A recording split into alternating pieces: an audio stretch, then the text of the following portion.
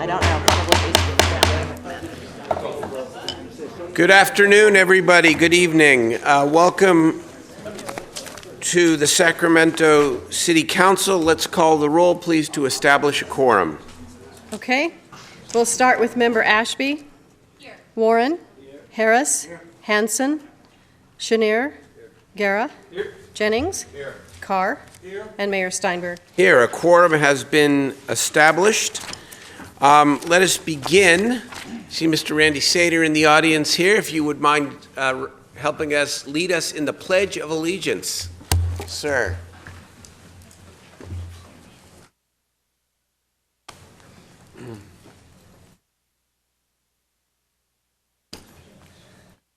I pledge allegiance to the flag of the United States of America and to the republic for which it stands, one nation, under God, indivisible, with liberty and justice for all. Very good. Thank you, Randy. Well, I want to welcome everybody back from the council's summer recess.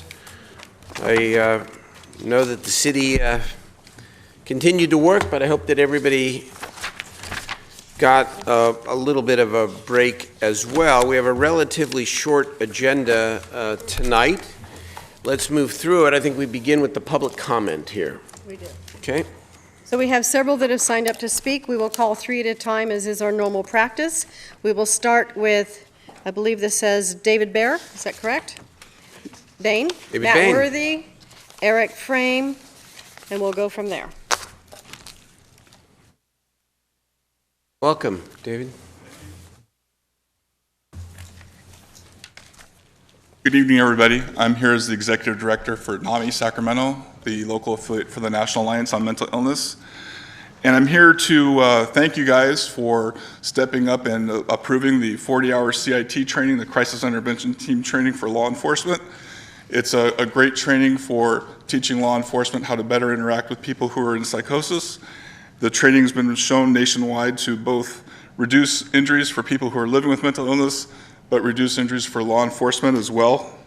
And I think that this is going to improve interactions between police and the community as a whole, not just those living with mental illness.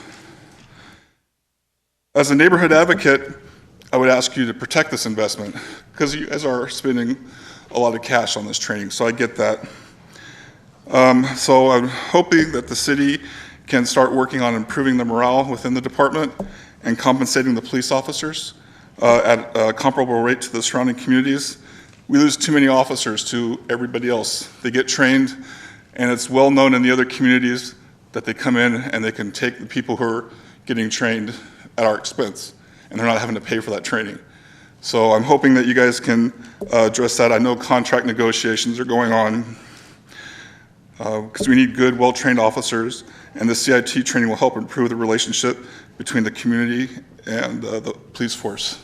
Thank you very much. Very good, David. We'll actually an update at some point maybe to the council on the status of the implementation of the CIT training. I think that would be helpful. Sure. Okay, very good. Matt Worthy? Mayor. Oh, sorry. Mr. Mayor? Yes. Yes. May I? Yes, please. I'm sorry. I just want to recognize while David is here, David Bain is one of the stalwarts in District 8. He is the president of the Cabrillo Park Neighborhood Association. And District 8, as Councilmember Harris knows, runs from Florin Road all the way down to Shelton.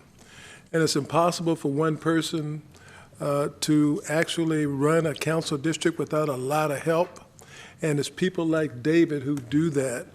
David has been the stalwart at the Cabrillo Park Neighborhood Association. He's been an advisor, he's been a helper, he's been an organizer, and he's the one that we turn to when we have issues there. And I just wanted to thank you, David, for all that you've done for the district. Thank you for your Good. Known David a long time. You're a good man. Thank you. Mr. Worthy. Yes. Now, this car has sat in front of my house for almost 2 weeks. That's a sprinkler system people can't put in. They keep coming to my door. I told them to call 311, then I tried 311. That is garbage. You can't get no they tell you to push on your cellular phone. So I need that car moved. But anyway, now, people call me pertaining to something that went on here the other week. The AKK people, the sorority in Oak Park, went to the park and picked up trash. I ain't gonna pick up no trash, people. I get paid as contract. Now, why would a person go to the AKK and they come in, they didn't even speak to one other thing on the agenda? Now, you got people with degrees. Somebody said, well, I was a lawyer. We don't know anything about it. But Darlene Anderson and that group, some things gonna come out on that. They won't even stay and meet with the NAACP. I know when only black babies was going to that sorority, when the lady from City College set it up on a 501c3. And then we see that here, the police review panel, not one black person said a word. Here was a white lady said, we got 45% women, and we got LBT. But that ain't no issue to be thought of. The LBT is the LBT. So wake up to what's going on. You ain't gonna get no police review panel under the law and under the charter of this city. So tell the people the truth where you lying, not the people that come in here want to review. The police ain't lying. Leave the police department alone and let them run the police department, and you keep trying to run the city. Because, see, you come through here and saying the same thing that I stood up here when I told you Donald Trump was going to be next president. You can only have grants and bonds. Now, you got $64 million grant. You're going to be gone when it's used up. You're going to go to the next level and tell them, oh, I got that money for the city. But what are you going to do, people? Wake up. How much going to go to the gym pot? Thank you very much, How Mr. much Worthy. going to be people get employed? Think about it. Thank you so much. Okay, Eric.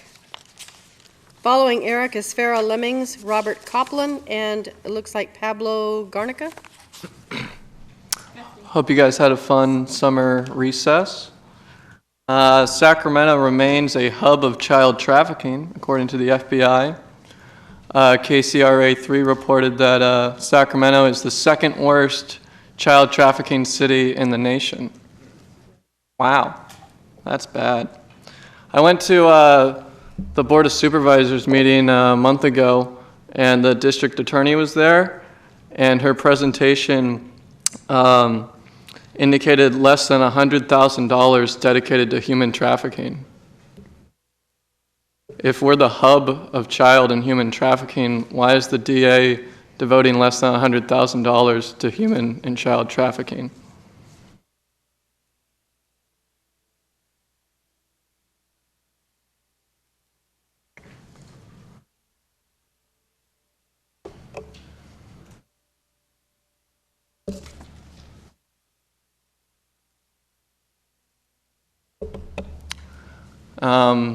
What more?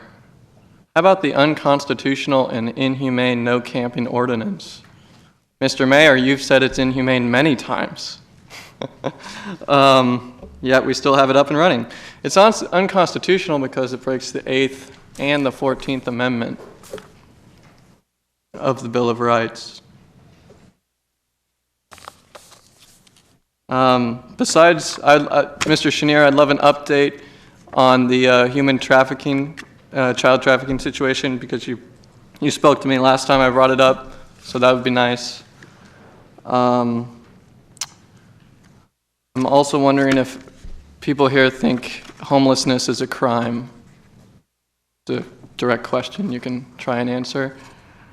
Yeah, the child trafficking is pretty messed up, and yet it's not being talked about, spoken of, and the money dedicated to it is less than $100,000. It's really strange.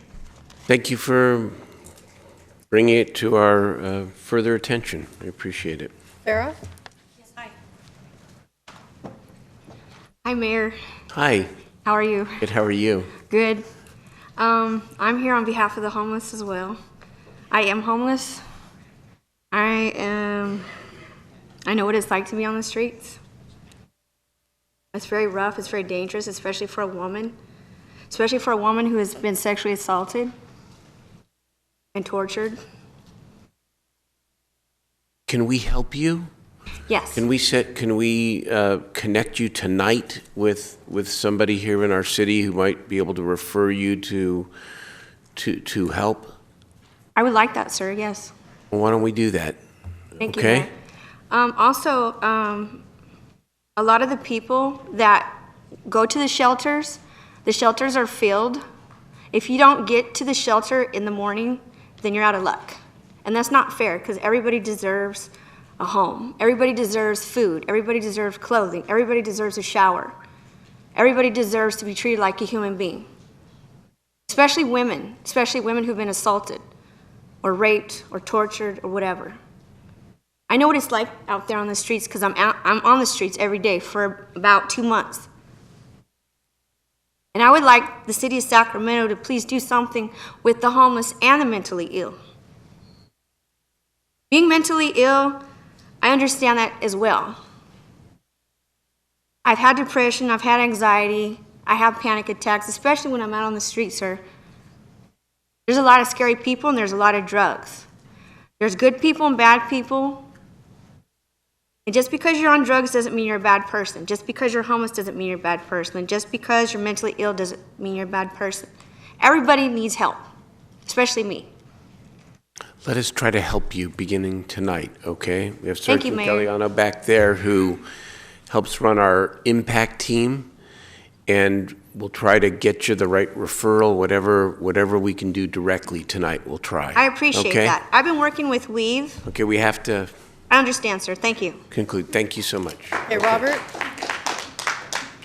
Right, he's right back there, Okay, okay? thank you. Thank you. Here. Straight back. Police officer there, yes, thank you. Okay, last Thursday, I was at a housing SAC meeting where I saw City Council Member Hanson. He gave me a good idea. Go to the County Board of Supervisors and talk about it also.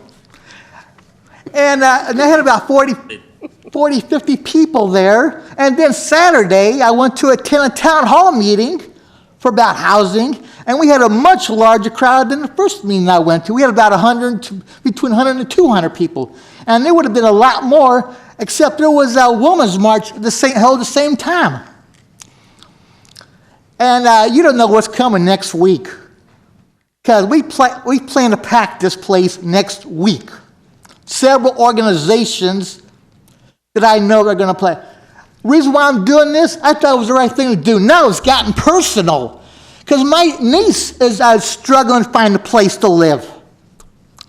And she has two daughters, young daughters, plus she's pregnant with a son that's due later this year. So it's gotten personal now.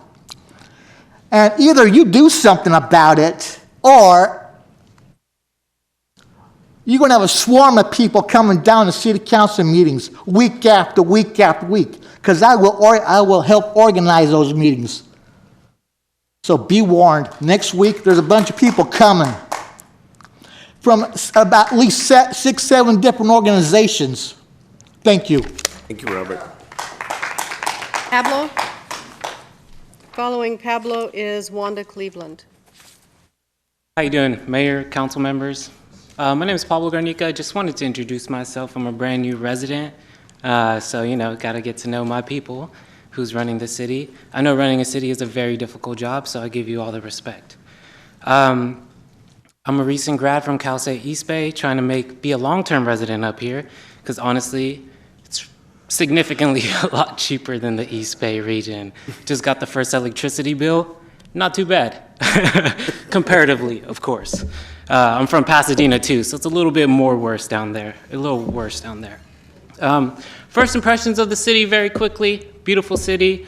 I love that it's flat, be able to ride my bike around, not the hilly part of San Francisco. Good public transportation. One thing is I'm a runner, so I run the American River, and there's just a large population living on the river, and that is one concern I have, but I feel like there will be many speaking about that. So I just wanted to say hi. And one other thing that kind of just caught my attention in front, I had to leave I'm in the Capitol right now interning. I had to leave my backpack out front. No cubby, just in the front, on the floor. I just figured for security reasons, if we have to leave our stuff out there and the police aren't going to be liable for it, to at least provide a cubby for people so they don't have to leave their bags on the floor. That's just one thing that I have. But in a sense, just wanted to say hi. I tend to be an active citizen. So whatever I can be of help to the city, just please inform me. Well, welcome to the Thank you. city, and maybe we can get you involved in some community activities, some neighborhood activity or committee or something. If you're interested, follow up and we'll try to get you involved. Absolutely. I see that the city's Where growing. do you live? Yes. Where Do I live? Yes. Right downtown Capitol Towers, Okay. down on 7th Here, Street. talk to your excellent council member. All right, there we go. Well, I see the city's growing, and I would love to be a part of that growth. Good Thank deal. you.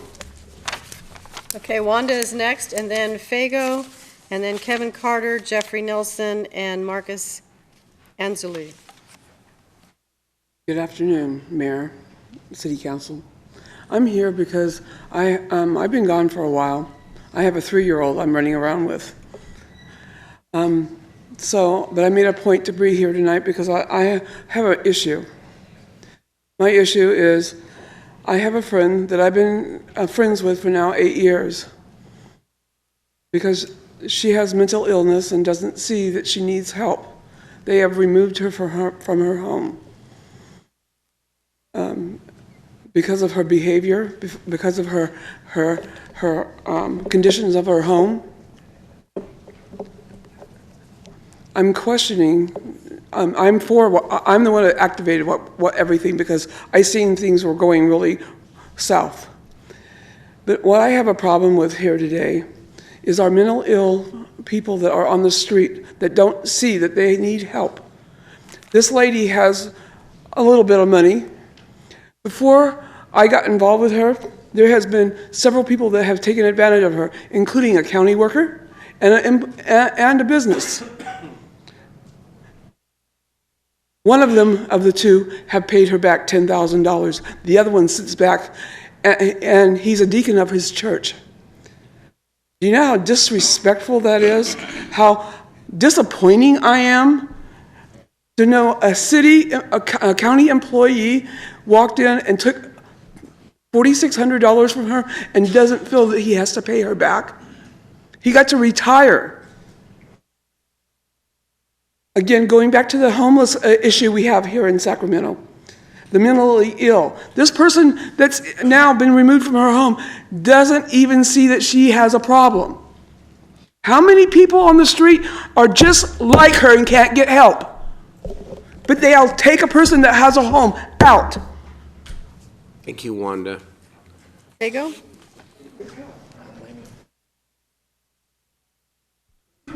So we just got the point in time count back recently. Sharp increase from 2 years ago, really sharp. And when we're reading the reports on it, one of the leading causes is the increases in cost of living and housing. Large percentage is paying over 50% of their income into rent. And yet we're still no plans to do anything new until September. We get a report back on possible things we might do or not do to help the homeless. There's no new shelters, no new anything, just a bunch of hearing the same exact things that we keep hearing.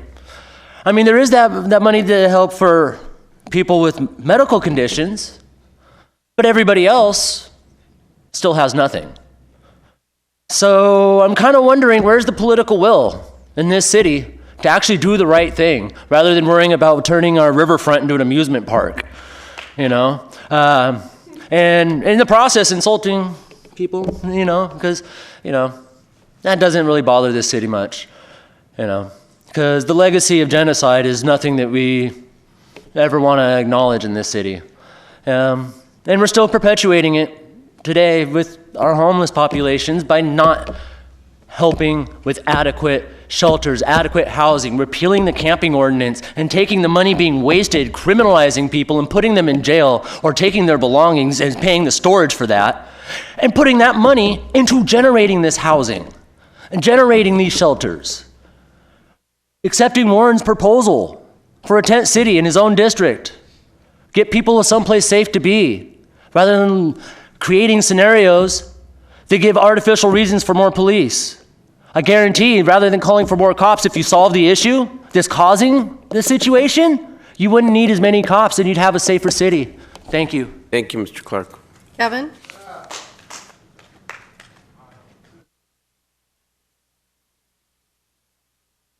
Good afternoon, City Council members, Mayor, City Manager.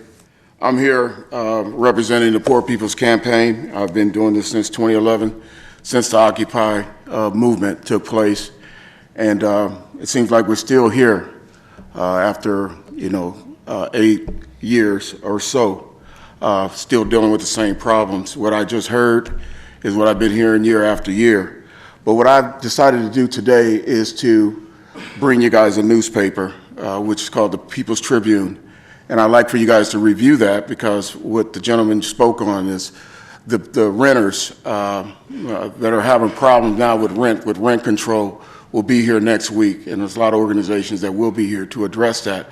So in this newspaper that I left you would kind of give you guys a curb on some of the solutions that holds the necessary, and it does hold the necessary. And that necessary comes between other administrations before this administration that looked towards developers and forgot about the people.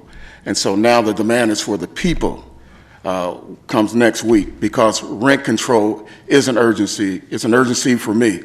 And why it's a big urgency is because I lost a lot of things to do that I was doing in the Oak Park community, grown and spent most of my time in Oak Park. And there's a lot of things that have happened in Oak Park with shootings that could have been prevented by some of the ideas if I was supported. But since I'm an activist, a lot of the work that I do has been put on the side and ignored. But you have to come back to it, because what's happening now with the homeless situation and the rent going up on everybody is going to create more homelessness. So I'm just here to try to bring a solution. And my solution is inside of this paper. And I hope that you guys get a chance to read some of the solutions before we get to next week. Thank you. Thank you very much, Mr. Carter. Appreciate it. Okay, Jeffrey. And then following Jeffrey is Marcus, and Marcus is the last speaker. Hello, Mr. Mayor. Hey. I've been, right now, I've been for like 3 months up. I haven't laid down flat in over 3 months. My legs are swollen. I work for Food Link, and I too am homeless. And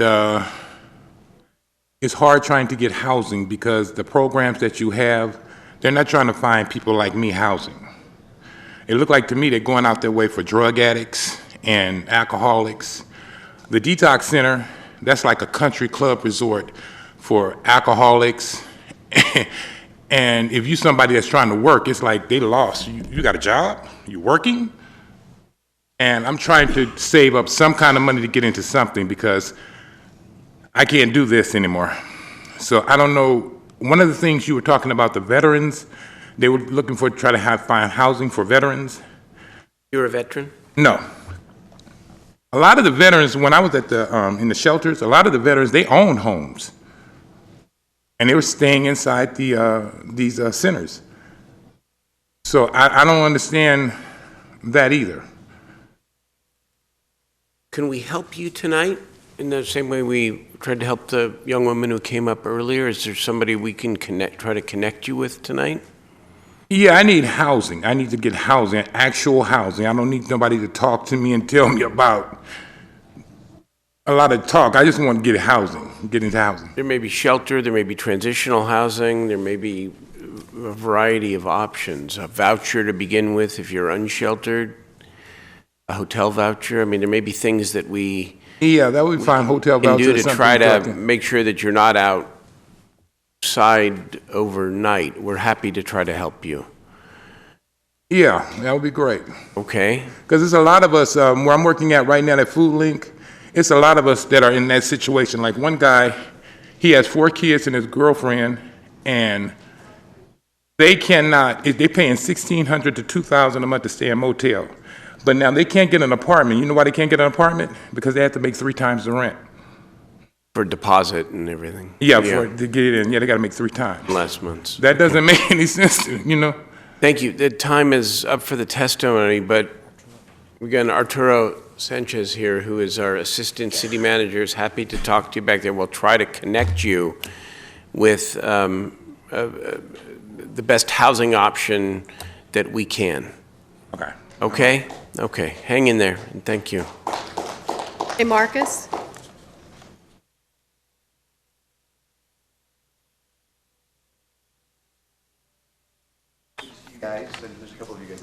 personally, and I just want to, on behalf of me, who's lived in Sacramento for a while, you guys are a class act. I mean, seriously, I think, I mean, I see some of you in parades in the streets. I've called some of your offices. I've known the mayor from serving at Luca and Tower Cafe for years, and when I was camping in Sacramento for 2 months, we actually bumped into each other in Greenhaven, and you asked me, like, you knew something was up. We didn't, to get into it and stuff, but you asked if I was okay, and gave me your law office's number. You weren't the mayor yet. You were in between jobs, but I felt the heart that you have for the city, and I'll defend that this is a city council that will fix the epidemic that we have, as regards to homelessness, and I saw you on TV owning that last Monday, and it motivated me to fight a little harder for Sacramento. So I wear your shirt very proudly. So well, thank you. On a side note, so on May 20th, I was walking down North 7th Street because I live over in the Cannery Place Apartments down there in the River District. 2:30 in the afternoon, sun's up, it's 101 degrees. I had both earbuds on, my mistake, but I literally was jumped by two people, and I was in the hospital for like 7 days as a result of it. I don't know who these guys were. There was no discussion between us. They robbed me, and then they probably would have killed me. I have a feeling a car just came by and probably stopped the situation. So I'm okay, and my spirit's even stronger, but the really unfortunate thing is when I got home from my mom's, and I called the police department, we didn't even have a detective assigned to the case yet. And I called Councilman Harris's office, and Danielle, I think in your office, was very quick to help. In an hour, she called the captain of the police department, and there was a detective assigned just like that. But it's disappointing to find out that the first time I've ever needed city services like that as a taxpayer, we couldn't step up. And I talked to the detective, and he didn't make excuses. The reality is we don't have enough law enforcement in town to protect good citizens, because I wasn't doing anything wrong. So these guys are going to hurt somebody else on the street right now. We can't find them. The Department of Transportation cameras aren't working yet. And so I'm here to plead with you guys. I get the homeless epidemic, and we need to be sympathetic for that, but we need a little more law and order in town. And so whatever we can do to pay cops more or recruit more officers, it would be great, because I don't feel safe on the streets right now. That's why I left the other day, is I want to be home before dark. And so... Well, I'm glad that you're okay, and I'm so sorry that you suffered. And your point is correct, Marcus, that being compassionate and having a plan, which we do, to reduce the number of homeless people and suffering on the street is not inconsistent with enforcing the law and making sure that people who act in ways that are either antisocial or illegal or worst case violent, that our police have the ability and the freedom to be able to protect the citizenry. The unfortunate thing is they can't get there till 17 minutes until it's We don't have enough. Right. And so in the next several weeks, we will have a series of announcements that show how we are trying to address the attraction and retention problem within our police department. And a new police chief beginning the 1st of August. So it's a new day in Sacramento, and much more work to do. Yeah, and as a citizen, will pick up trash when I see people leaving trash all around town in the park and stuff, just to make it a prettier city. So the trees appreciate it, I tell you. You're a good guy, and hang in, okay? I got you. Okay, all right, thanks. Good to see you guys. Thank you. We do have one more that came in. Okay. One more that just came in, Anthony Lear. Just around to where we're first now. Thank you very much, and thank you, Mayor, and the rest of the council. If I may, I don't know if this is allowed, but I wanted to give Mr. Steinberg hello from Eileen Thomas at River City Food Bank, because we're mutual friends. Okay. And what I was here for, one issue I didn't get to email you are Miss Cressley, and I'm not going to speak on it because I'd like to let you know it's something that could be resolved, but they have a big issue with Section 8 and SHRA, some problems I'd like to let you know about, but I'll do that next week. I want to ask about, I've had a problem with Sacramento Steps Forward. I know I've discussed it before. I need like 5 surgeries on my ankle. I'm homeless. I've been on their list for 4 years now. It has gone nowhere. When you apply and do the data entry survey, once you do that, you're locked in it. You cannot change it. As things evolve and your life changes, which we know all our lives do change, and things happen and they progress, You cannot change that survey. You're locked in. Your vulnerability level is set. And they have no way of changing it. So when I originally did that 4 years ago, I was a real low vulnerability. Now I'm a real high vulnerability. But they still do not want to try to change that process. I understand they have many thousands of people on it. It's impossible to do it whenever a wind comes up, but they should be able to do it once a year to try to resolve those issues. Interesting. And I understand they do have problems, but it needs to change. So now I need these surgeries. They're telling me, you're not going to get a place because your vulnerability is real low. So I think, if I may, thank you for your testimony. And I think you make a very good point that we need to look into, especially as we're implementing this new whole person care initiative, because part of the idea is, part of the plan is to evaluate the medical, the mental health needs of the people who are most at risk. And that requires, I believe, an ongoing. It needs to be updated, that's what I said. And I understand their problem. Thank you. With so many people. Thank you. No, I just learned something tonight, so And, thank you. Real quick, because we're out of time here. Oh, am I? Okay, I'm Yep, we're sorry, out I of can time. speak next week. Thank you Okay, very come much, on all back. of you, for No, all come on your back help. next week. We need to go on to the agenda now. Thank you. That's very good. All right. We now move to the consent calendar. Are there any items on the consent calendar that members want to discuss? I know I want to briefly discuss item 8 before we vote. Do we have public testimony in the? We do. And I so also need to read some things in and changes why for don't the we read consent? some things in? We'll take the Okay. public testimony on the consent calendar, and then we'll Okay. make our brief comments. Okay. So, first of all, for the consent calendar, items 1 through 15, it should be noted that item number 9 and item number 10 will be continued to August 3rd. And item number 15 has been withdrawn. So those are the changes to the consent calendar. We do have 4 people signed up to speak. For item number 1, we have Stephen Barassa. And then item number 2, Robert Copland and Stephen Barassa. So Stephen, you get 1 2-minute time slot for the consent calendar. And then there's one with no name. Stephen, welcome. So we'll cover 1 and 2 together. Yes, Greetings, thank you. Mayor and Council. I'm Stephen Barassa. I'm the Chair of the Transportation Committee for Ion Sacramento. And, you know, the Bee and the Sac Business Journal misreported the vote. And this doesn't go down to the level of fake news, but they got it wrong. They said that 256 landowners voted yes and 72 landowners voted no, and that's incorrect. This is a Melrose district where landowners get 1 vote for each acre that they own, or portion thereof. So, for example, if most of the property owners are on less than 1 acre, they would be entitled to 1 vote. So let's add some clarity with the district zone map. Okay, it's hard to see, but the shaded areas, these parcels in the downtown and midtown, mostly get 1 vote. Now, there's the arena that gets about 9 votes. It's 8.16 acres. But the problem I have with this gerrymandered district, and it's really gerrymandered to get a yes vote for the entire district, and it's really unfair to the property owners, and that's this district here, this big white elephant in the room. This is the Rail Yards district owned by 1 property owner, and they have a separate parcel here. Combined total is 185 acres, roughly, so this 1 landowner gets 185 of the 256 yes votes. Seriously swaying the vote. So your staff has been very creative in setting this up. Another feature about this is the streetcar doesn't even serve this district. It does go to the train station, but is nowhere in the Rail Yards district. Finally, there's tax zone number 4, which has a tax rate of 0. So whereas the Sheraton Hotel, by square footage, is paying over $51,000, receiving 3 votes, in the Rail Yard district, this entire area shaded in Zone 4 pays 0 tax. This is incredibly unfair to the landowners, and I would expect the city to do a much more fair job in serving our district. Thank you. Thank you.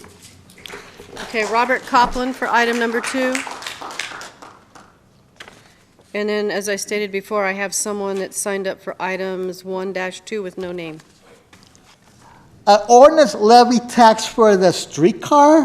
One, we don't need a streetcar for, and two, any tax is going to be passed on to the people.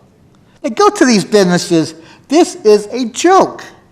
Get rid of the streetcar. It's going to be a boondoggle. Why we have a streetcar in Sacramento when we don't need, we need a better transportation system, not just a streetcar. Thank you. Okay, so is there anyone who knows? Okay, Mac Worthy. 1 and 2. Yes, it was. People, this strategy is not a bad strategy for tax. Now, if you had have done this strategy in housing, you wouldn't have a housing problem. Neighborhood could have owned their own house, and we know Jeff was the contractor once. But now we got 3 and 4, but we ain't had nothing come from 2, 7, and 8 to help people. Now this is what me and Don Trump call rigging the system. You are rigging the law. When you're doing this, you are rigging the law in that district, and you haven't gave poor people the opportunity to have a vote to create economics in their own neighborhood, to have a roof over their head. You didn't do that. And why would you use this for a rail car? And that's the 3rd time we've seen this. But you want to have a closed-door vote. Our voting system is worse enough instead of the city coming here rigging to pass a vote on something on a streetcar. How many people are going to ride that streetcar? This is another federal government tab pickup. That's all it is. Federal government to be classified as mass transportation, and you can't even schedule cross town on the bus to meet the bus on the other side to get scheduled. I got a granddaughter paying $11 a day on a pickup to get from Powder Inn to 37th Street. And you here going to put a streetcar for somebody to have fun? It's ridiculous. Wake up and use some business heads here instead of some social heads. Okay. Mayor, it should be noted also for items 1 and 2 that Member Hanson wishes to abstain. And at the same time, if we want to announce that the public hearing, item number 16, is going to continue to July 25 as well. Okay. Thank you. That's very good. Councilmember Harris had a comment on one of the items. Yeah, thank you, Mayor. On the consent tonight is the naming and the master plan for Sutter Park. I just wanted to call it out. It's a really great development in District 3. The park design is innovative and it's been vetted with the community, and so I'm really pleased to see that project moving forward. On Sutter's Landing Park improvements, this is something we've been working on for a couple of years now. Part of this was grant funded, and it will involve removing non-native species from Sutter's Landing Park, which is sorely needed. But another piece is paving a piece of the Two Rivers Trail, which is a very important project in District 3, and eventually will connect on the south side of the American River and the east side of the Sacramento River. Eventually, working with Councilmember Jennings, we will get bike transit all the way from Sac State down to Freeport. So we'll keep plugging on this, but this is going to pave a 3/4 mile section of the Two Rivers Trail, and I couldn't be happier, and thanks to Gary Hayden for all his hard work on this project. Thank you very much, Councilmember Harris. I'd just like to call out, if you will, consent calendar item number 8, because it is important that the City Council go on record here tonight supporting the Paris Climate Agreement. Yesterday, the state legislature passed on at least some bipartisan votes, an extension of the cap-and-trade program in California.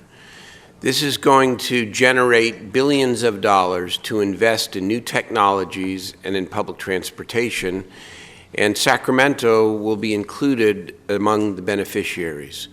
But it is very important that we always, where appropriate, contrast our actions with the actions of the current federal government, especially when it comes to existential issues like climate. It was wrong for the president to pull out of the Paris Climate Agreement. We join many other cities. 357 cities representing 66 million Americans have signed on to support the Paris Agreement. We can't do it alone. The state of California cannot do it alone, but we're not small either. So I appreciate the community support and the support of the council to make sure that Sacramento takes its appropriate stand. Thank you. Move the consent calendar with the admonitions and the abstention for Councilmember Hanson on items 1 and 2. We do have Councilmember Hanson. Go ahead. Well, I just wanted to take a minute to thank Gary Hayden while he's here. Your comments are great, Mayor, too, but all politics is local. And next week, we get to open our new dog park at 19th and Q. And Gary was one of the key players in building that new facility for our community. Excuse me. Excuse me. We don't shout out in the middle of the meeting here. We have order. I want to thank Gary because he did a lot of hard work on it, and it's been well received by the constituents and residents of the district, and we're looking forward to opening it next week. Very exciting. Thank you. Good work. It's good work. It's the big stuff, the small stuff, and everything in between that makes a great community, and we appreciate it. Okay, we got the consent calendar with the admonitions and the 2 abstentions. All in favor, please say aye. Aye. Opposed, abstain. That passes 9-0. We have 2 items on the agenda, or we do an item 16, or that got continued? That's continued. That's so we're to continued. 17. So we've got item 17, which is the update on the proposed transportation technology strategy.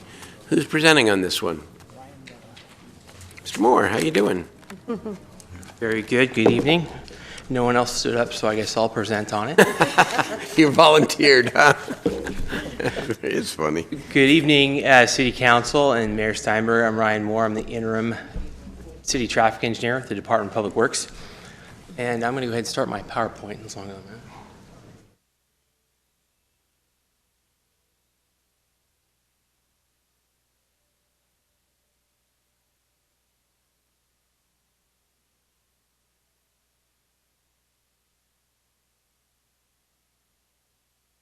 Okay, I want to talk a little bit tonight about the transportation technology strategy and kind of what that means for us.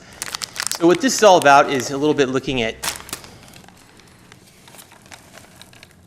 the way mobility works in Sacramento in the past and in the future and around the rest of the country for that matter. So mobility in the United States, especially in urban areas, has become defined for 100 years now by the single occupancy vehicle. The way we design our cities, the way we decide where we're going to work, where we're going to send our families to school, where we're going to recreate, all presupposes that you own a single occupancy vehicle, and it's by far and away the most common way for mobility to work in the United States today. We've grown up around that for, again, a century, and there's starting to be increasingly some side effects to that are affecting livability for us, whether it's the time we spend stuck in traffic, the cost to us individually or as a society. It all starts to stack up, and the issue is that as we continue to grow as a society, certainly in Sacramento, when you look at over the next 20 years what we will be growing, whether you're looking at dwelling units, population, or employment, something like 40%. So these problems aren't going away.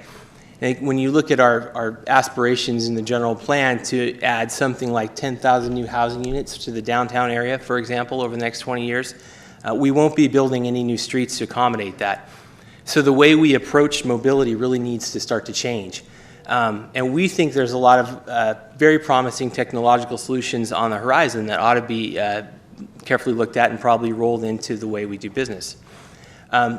Some of those opportunities, some of the most promising ones, the introduction of electronic vehicle technology, autonomous vehicle technology, connected infrastructure, ride hailing. All of these opportunities are just really amazing opportunities for the city of Sacramento and really the United States in a larger sense to start to change the way we view mobility.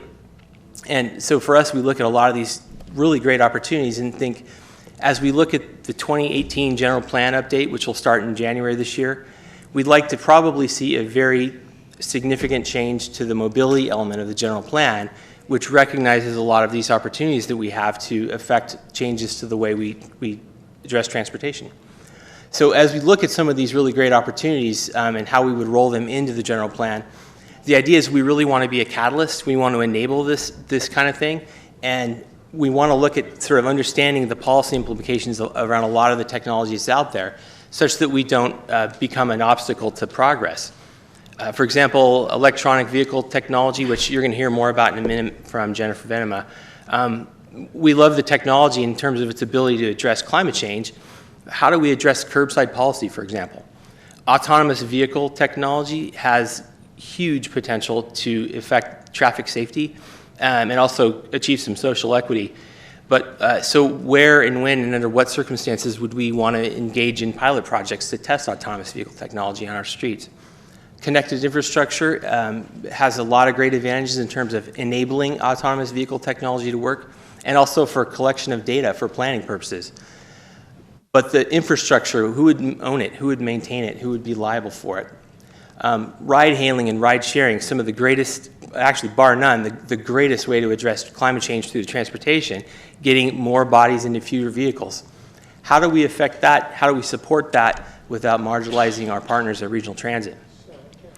And the policy questions just go on and on and on.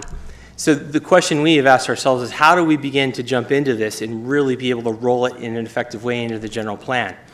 So what we are proposing is to create a transportation technology strategy between now and roughly January of 2018, when the 2018 general plan update begins, that would create a framework that we could begin to really look at a lot of these strategies, understand the policy implications, what we support, what we don't support, and what it would look like when we begin to roll a lot of this stuff into the mobility element of the general plan. And I think with the general plan update, we'll see a lot of things changing in the mobility element. From our ability to embrace the new Vision Zero paradigm to our new bike implementation plan, and certainly a technology plan. So what we would like to do is sort of establish some guiding principles for what our goals are, what our vision is for technology, mobility through technology. Establishing key relationships is probably the biggest part of this, and I think this is one of the most important things. This is really a lot more than just a public works effort. I mean, looking at changing the way urban mobility works in Sacramento is a huge undertaking. I mean, we're already talking a lot to our T department, who would have a large role in the way we handle data, and certainly the community development department, as this is proposed to be part of a general plan update. Certainly looking at MOFI, ATOS, our Autonomous Vehicles Open Standards Lab, some of our external partners such as RT, Caltrans, SACOG, and members of our community, adjacent local agencies. It's really a very large process to kind of make sure everyone's at the table as we look at introducing these technologies into our general plan. Identification of appropriate technologies and solutions, what we would want to get out of them, establishing priorities for implementation, and recommending next steps, the first of which, of course, would be integration into the general plan. So beyond just understanding these things and integration into the general plan, the other thing about creating a transportation technology strategy is a lot of this stuff is being generated so fast. Technology is changing so much. We feel like a technology strategy, a framework, would allow us to begin to vet some of these things as we look at doing pilot projects, as we look at grant opportunities that come down the line, and as we just begin to understand how some of this stuff gets rolled out into our right-of-way in the most appropriate way. So over the next 6 months, we'll be looking at creating this framework, checking in with all of you and other pertinent regional stakeholders. So with that. Good. That's a very clear presentation. Thank you. We do have some public testimony. Why don't we take that first, then we'll turn it to the council. Okay, we have three that have signed up to speak. The first is George Parrott, and then Guy Hall and Mac Worthy.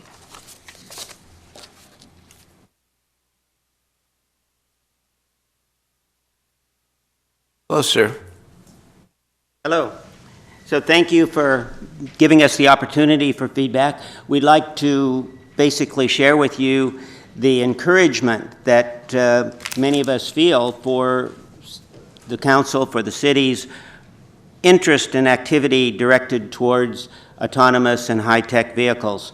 I'm wearing several hats here, both as a citizen, as a driver, electric vehicle owner.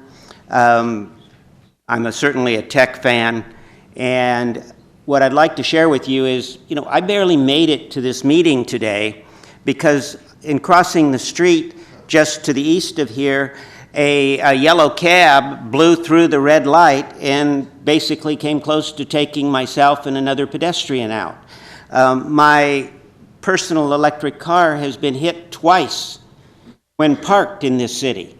Now, the point I'm trying to make is a smart autonomous vehicle would not have exposed the vehicles to hitting, to pedestrians, to the risk.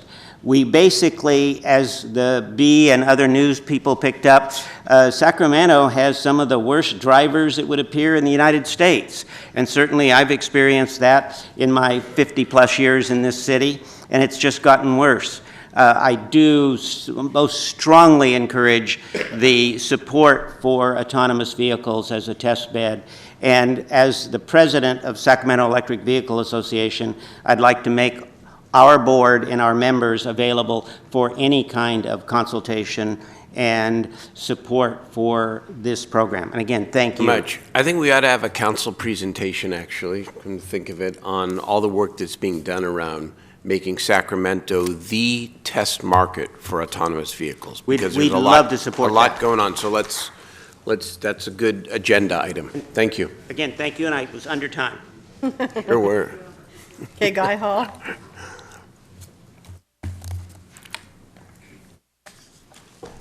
Yeah, I'm Guy Hall, also an electric car driver like George is, but I'm here representing the Electric Auto Association and such. I'd like to commend, first of all, the council and the staff for developing a proposal to develop a good, strong technical transportation strategy. 3 points I want to make. The first is there is a very dramatic change coming to transportation, and it's coming extraordinarily fast.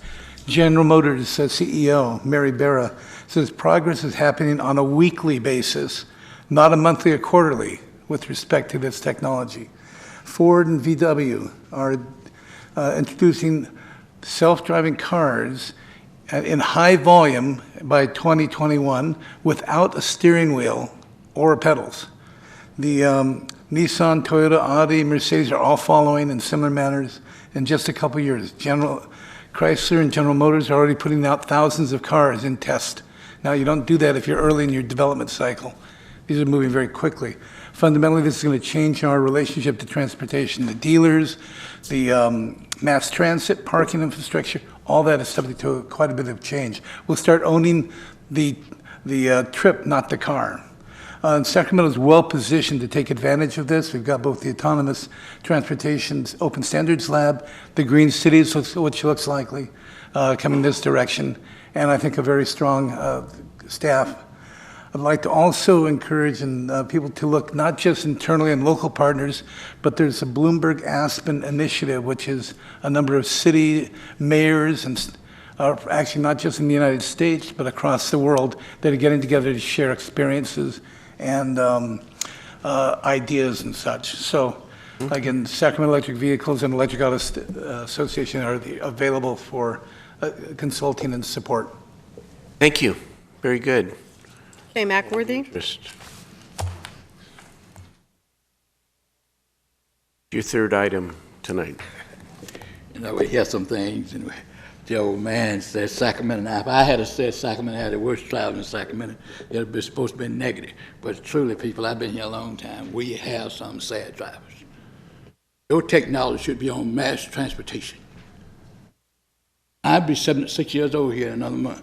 Majority of the people that's trying to ride those bikes, senior citizens gonna need. You don't need no electric car, or you'll get killed. You need transportation that can get you on schedule to where you're going at a reasonable price. That's what this city needs to work at. Senior citizens, transportation. Now, to stop traffic, you got to have something in here that works at night. See, I'm a night owl. I always go to opposite way of traffic. I work for people that made routes for truck routes. Go the opposite way. You ain't got nothing on schedule here in the pipe to work people at night. Nothing. Because you have nothing here of economics. You got to bring somebody in here to open up some night jobs and kill that traffic and go the other way. You got people drive all the way from San Francisco up to Roseville because you're a packer. That's going to go. You got people paying $100,000 for a plastic car. People going to have to drive their cars because people love that it breathes. I say it's not what you drive up, it's what get out. That's what you got to come to. It's what get out. People smart enough to say, hey, I don't need that $100,000 car because I can catch the bus and get over here. Your mass transportation now is built around federal government and state. That's all. You can't go nowhere to a shopping site on the train. You got people wait 2 hours for the bus to go shopping, but yet still you want an electric car. Old folks get killed driving an electric car just like they're driving their cars now, because your coordination goes, people, as older you get, you don't have the coordination and you don't have the eyesight.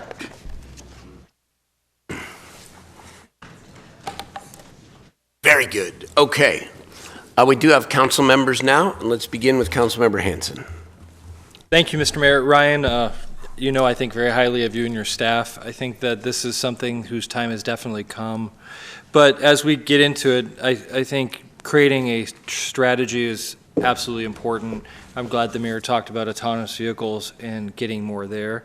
The future, as foreshadowed by the Verizon deal, is really the ITS strategy for the city as one of the key components, but also mobility generally and mobility options in partnership with regional transit as we work to redo our 1985 agreement and arrange our land use patterns appropriately enough so that our street network, our land use patterns, and our mobility options actually coordinate well together. And it would be a really miraculous thing. Not that all that is within our control, but in particular, I just want to hone in because as we come back towards autonomous vehicles, and I know the mayor and our congresswoman are leading the charge here, I'm still concerned about the message it sends, embracing single or zero occupant autonomous vehicles as a roam the city without drivers and what that does to congestion, because some of the reports I've seen really say there could be an increase in VMT at different adoption levels that could be fairly dramatic, but they could also lock in land use patterns that are sprawl inducing and really create much more adversity than they could help. So as you go through the strategy, I'd really like to know I'd like us to focus on that so that we're being smart about our autonomous vehicle implementation, that we're looking at autonomous shuttles as a key part of that strategy, and that we're partnering with mobility agencies like regional transit, paratransit, the other main providers. I think there's 18 public transit agencies in the region to make sure that everybody's coordinated, because they're all coming in one form or fashion through Sacramento. And I don't know that we have a good way to make sure that it's all functioning together. So that's my big ask. We're going to talk about EVs in a second, but that's obviously something we're going to work on. I'll talk about that on the next item. So thanks. Good comments. Councilmember Harris. Thank you, Mayor. Ryan, of course, we had a conversation in my office on this subject, but it is essential that we have a strategy, also a set of goals. So Councilmember Hanson has brought out a few concerns. There are many ways that autonomy could go, and there are a lot of unknowns, and that's why we want to empower you to embark on this path of creating a strategy. It's a really good thing. Frankly, autonomous vehicles are going to be a real game changer to society. To me, it's analogous to changing from a horse and buggy to the internal combustion engine-driven car. It's going to affect our society in numerous ways, in land use decisions, and just all our mobility options are going to change drastically. So I'm really pleased that you're embarking on this path, and I want to thank the Jennifers and Lucinda and Hector. Everybody's going to play a big part in this. It's going to be a big change coming. I'm not sure that people are quite aware yet of this, the drama of the change, but it is coming soon. So I appreciate your forward-looking approach to dealing with the strategy. And I'd like to move the item, Mayor. Second. Very good. Moved in second. Councilman Chenier. Thank you, Mayor. Thanks, Ryan. Just a quick question on outreach and how you plan to do that and who will that encompass. You talked about pertinent regional stakeholders. I'm wondering kind of who they are and what the plan is on that. So during the development of a strategy, I think it's largely a technical exercise. Reaching out to, when I say regional partners, I'm talking about Caltrans, for example. They're an important regional mobility provider that threads all the communities in the region together. SACOG certainly is an important resource for us. Working with the adjacent agencies, Sacramento County, Rancho Cordova. One of the most important things about looking at a mobility strategy is it can't be siloed. It really needs to provide, if we're going to be realistic about it, the thought that everyone's going to live downtown and work downtown is not realistic. People are still going to live in Rockland and want to work in West Sacramento, for example. So really having a really large regional approach to this is important. I think in terms of public, like neighborhood groups, business associations, things like that, that's something we would do a little bit of during the development of the strategy, but a lot of that takes part during the general plan update. So again, when we're developing a strategy, we're trying to answer questions like, how do you address autonomous vehicles, the zero occupancy vehicle, the ZOVs, that just rotate and create congestion while the well-to-do are shopping somewhere. Cranking through a lot of those technical questions is the objective of the development of a strategy, and the public outreach, I think, happens a lot more during the general plan update. So it seems to me that the user voice on this, though, is going to be important, and I want to talk about it from a couple different angles. One is, if we think about, for example, the business community and what this is going to do to land use planning, this will have a drastic impact on that. If we're doing autonomous vehicles, do we need to build garages in the same way we need to build now? And you can kind of look at that across the board. So, I would hope that we could reach out to the business community. I understand what you're saying about the general plan, but I also don't want to miss the user voice now, and I think that also involves young people who are going to be the next generation of users on this are going to be seniors and young people, right, for two very different reasons, but seniors and autonomous vehicles could be life-changing, and then for young people, getting them into a different culture and habit and how they address their own mobility is going to be very important. So I would hope that, it seems to me we're kind of skipping over that at some level, and I'd love to see a little bit more of that, and maybe that's a conversation that we could have more of. I don't think there's any problem reaching out to the business community. I mean, certainly this is a service we provide for residents and businesses of Sacramento. It shouldn't be done in a vacuum. I mean, we want to provide services that people want, so I don't think that's unreasonable at all. Right, and again, I do want to emphasize the users here. We're doing a lot of work at RT. We're just beginning a route optimization study, which is going to look at all of the routes, first within the county and then within all the counties that RT serves. So I would hope that partnership can be developed more as RT does its route optimization study. I think it will have an impact both ways on the work that we're doing here. Yeah, I think RT's, I think I can say confidently that's without question the most important relationship. Making mobility work in the future is not about adding more and more and more cars to the inventory. The point of technology is to try to wring more efficiency out of the grid that we have, hopefully to make room for things like active transportation, transit. There's no way we achieve our goals here in Sacramento or else if everybody still gets from point A to B in a single occupancy vehicle, and that's just the default assumption. Transit, shared mobility is fundamental. I would say even a lot more so than autonomy. Okay, so just I will keep talking about a user voice on this. I think it's important that we get that. And maybe I totally agree with your comment and the other comments. So I guess the word that comes to mind for me is relevance. This study and strategy and incorporating into the general plan, I think is very, very important, but I think it's got to go beyond that. In other words, how does this align with our statewide and local transportation funding strategies?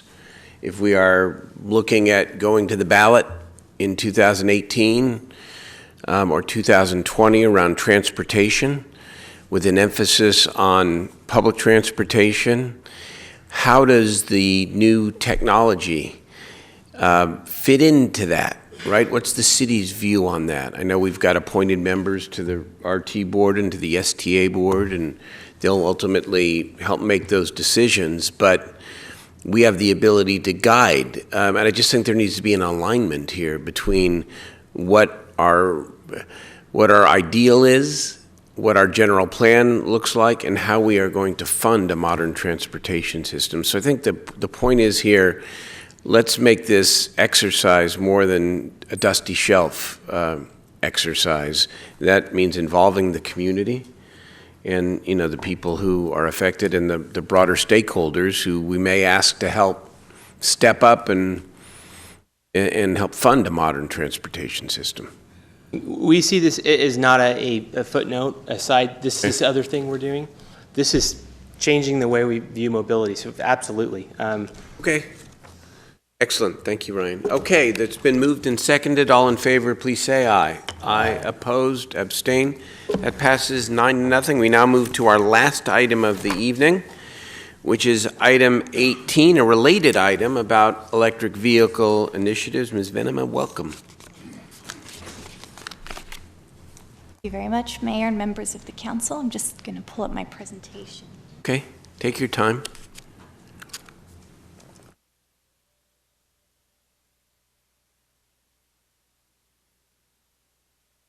Not actually seeing, maybe you could check for that. Thank you. Item 18. Just to get going, I think Ryan's really set the big picture for us in terms of the broader mobility strategy. Oh, thank you. There it is. What this item in particular is on, we're providing an update on where we're at with electric vehicles, but more importantly, this is a first step to start the conversation with council in discussing the direction we're going and charting our path forward. The recommendation we have is to develop one comprehensive EV strategy that helps to guide our near-term efforts and establish benchmarks for progress. The reason we are here tonight to discuss this is there's a lot of new and rapidly evolving funding opportunities, new potentials for partnerships, and a lot of very exciting regional efforts. I'll just call out, we've got two of our partners here in the audience from the County of Sacramento and the Air Quality Management District. So there's a lot to build from, but these are big issues that require input and direction to move forward. The general plan speaks broadly towards sustainability and climate targets, and electric vehicles are addressed as one of the strategies to help realize those within the broad mobility framework. While electric vehicles are not the only strategy to reduce greenhouse gas emissions, it is a key strategy. Transportation contributes almost half of our baseline community greenhouse gas emissions. So by fostering electric vehicles, not only are we reducing greenhouse gas emissions, but we are also reducing pollution in our communities. And we're providing more options for users because these cars are often cheaper to operate and maintain. The city has a lot of early work that we're building from. First, from the internal aspect of our own operations, we are a leader in our own fleet and in providing charging infrastructure. Council's target is to work towards 30% alternative fuels. We are currently close to 50%, providing 91 chargers in city facilities. We were hailed as the 2015 top green fleet in North America. That's something we're very proud of. And as I mentioned already, working very closely with our agency partners to think about electric vehicle issues from a broader regional perspective. A lot of our key partners are shown on the screen here, but what we were recently able to accomplish was development of a regional countywide plug-in electric vehicle infrastructure assessment, which is a foundation for city efforts. Some recent milestones at the city that many of you are very aware of is the launch of the Our Community Car Share program. That is the first low-income car share program in California, funded with cap-and-trade funds. Council also approved a partnership with EVgo to bring our first curbside chargers to Sacramento, high-power charging technology, and this would be the third installation in the state. And in terms of other initiatives we're still implementing, we have a very successful electric vehicle parking program with 355 customers where we provide free or discounted parking in our garages. Moving forward, though, the task before us is to look beyond infrastructure and look beyond this existing distribution in the network to figure out where chargers need to go to serve the whole community. Most of the chargers to date have been developed within the downtown core, reflecting that as a workplace center. There's more than 400 chargers in city limits. What you see on the map here are those existing chargers, but also Cal Enviro's designated disadvantaged communities. You can see there's a mismatch here. So the question and the task before us is, how do we really expand that access? Other issues to explore through a comprehensive EV strategy, expanding access, is looking at low-income and underserved communities. It's also understanding needs of multifamily housing, especially as we densify parts of our community. Second, it's establishing clear goals and targets for success. While we have developed much infrastructure to date, what constitutes success for our community, and how do we benchmark that progress? Lastly, it's also focusing on readiness, and this is readiness both in public infrastructure and in private infrastructure, ensuring that our guidance and our programs help to foster innovation and to streamline potential investments. Staff is recommending that as we prepare the comprehensive strategy, we also work on two near-term efforts. The first would be to develop curbside charging guidance based on investment opportunities and the large interest we are getting from electric vehicle charging providers. Second is also to take more of a direct step towards improved communications to the community. We haven't led in terms of EV education, but this is where much of the research indicates there's a gap to address to expand EV use and ownership. Lastly, in terms of opportunities, chief amongst those is proposed funding from the Volkswagen settlement. Volkswagen is obliged to spend $800 million in California for zero-emission vehicles, infrastructure, access, and education. They can pick 2 green cities for concentrated investments, and after doing comprehensive analysis, reviewing 38 proposals, they did choose the city of Sacramento. This decision has not yet been finalized. It's still pending approval by the California Air Resources Board. July 27th. Correct. Next Thursday. And what we know is of priority for Volkswagen is to invest in disadvantaged and low-income communities with an early focus on car share programs that are anticipated to begin in early 2019 with city involvement and input. I will note they have not selected sites or projects. It's still waiting for CARB approval, but the city would have a role in supporting that effort. So to conclude, what we're recommending is to work towards development of that framework, to bring all of these efforts into one clear strategy and path for moving forward. Because of the potential for near-term investment, we are recommending an expedited schedule to work with stakeholders, other agencies, and with council to really develop recommendations and come back to bring a strategy for council action by November 30th, with near-term items expected to launch early next year, such as curbside charging guidance. And I will wrap up with requesting that an addition be read into the record to the resolution. At the request of Vice Mayor Jennings, we would like to add to the resolution Section 2, a new sub-bullet 3, which reads, near-term actions shall be citywide and address both private and public development, including joint-use facilities. That concludes my presentation. Very good.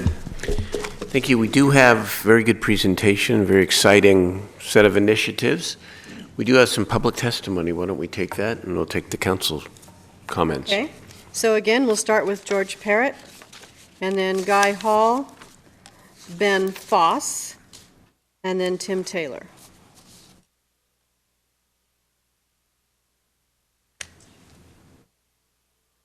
So I unzipped the jacket to sort of be a little bit more visible as to the spiel that I would like to share with you this afternoon, and that is that it's very easy to ignore and to deny things that are dangerous to us that we cannot see.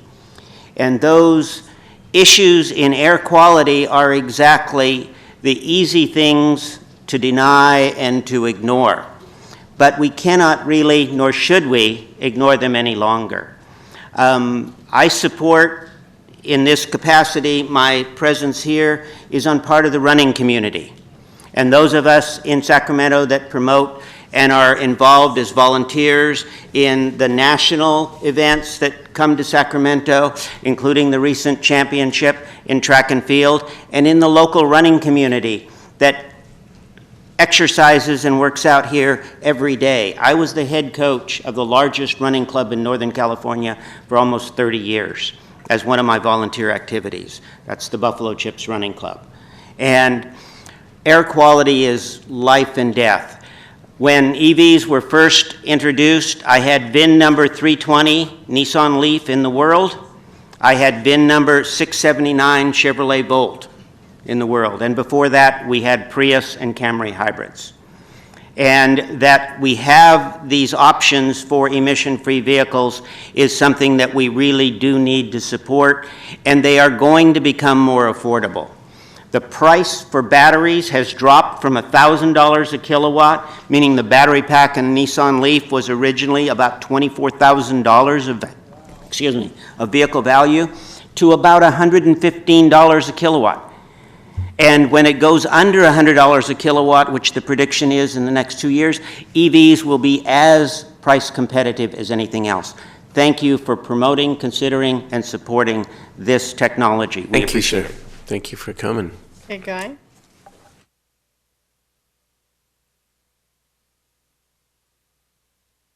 Guy Hall with the Electric Auto Association and Sacramento Electric Vehicle Association, which is a chapter of that larger national organization. I want to commend again the staff and the council for moving the strategy forward to update the prior strategy about supporting electric vehicles. It might interest you to know that I believe the original Sacramento strategy was developed in 1993.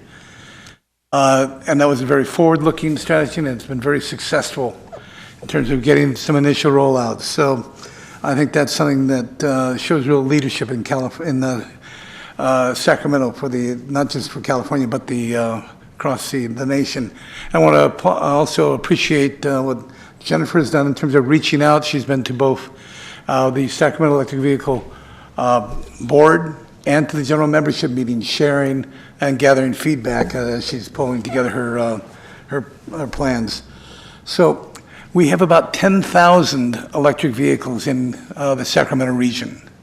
600 the members of the Sacramento Electric Vehicle Association, and so it's very appropriate now to start really seriously looking at refreshing the electric vehicle policy in Sacramento.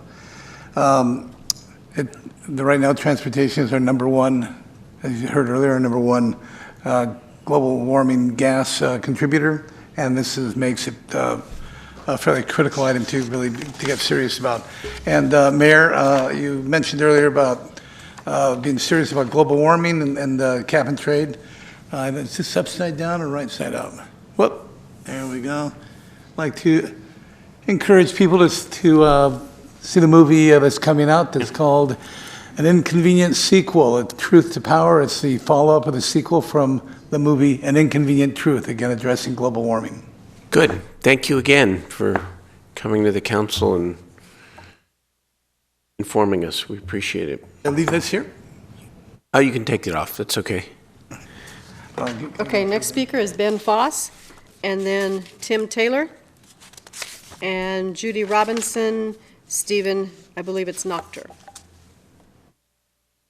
Thank you very much, Mr. Mayor, members of the council, city manager. My name is Ben Foss. I'm here representing Volta. We are a provider of electric vehicle charging stations, and we basically wanted to come down today and say how impressed we are with what Sacramento is doing. The leadership that has been shown by the Public Works Department in terms of thinking about electric vehicles, and to introduce ourselves because we'd like to build a long-term partnership with this city. In particular, we're able to provide electric vehicle charging stations at no cost to taxpayers and offer free charging in doing that. We do this through a sponsorship-supported model. We are a company that has worked with municipalities and private hosts across the country. We've worked with Whole Foods and with Macy's, and we already have 6 stations going in here in Sacramento.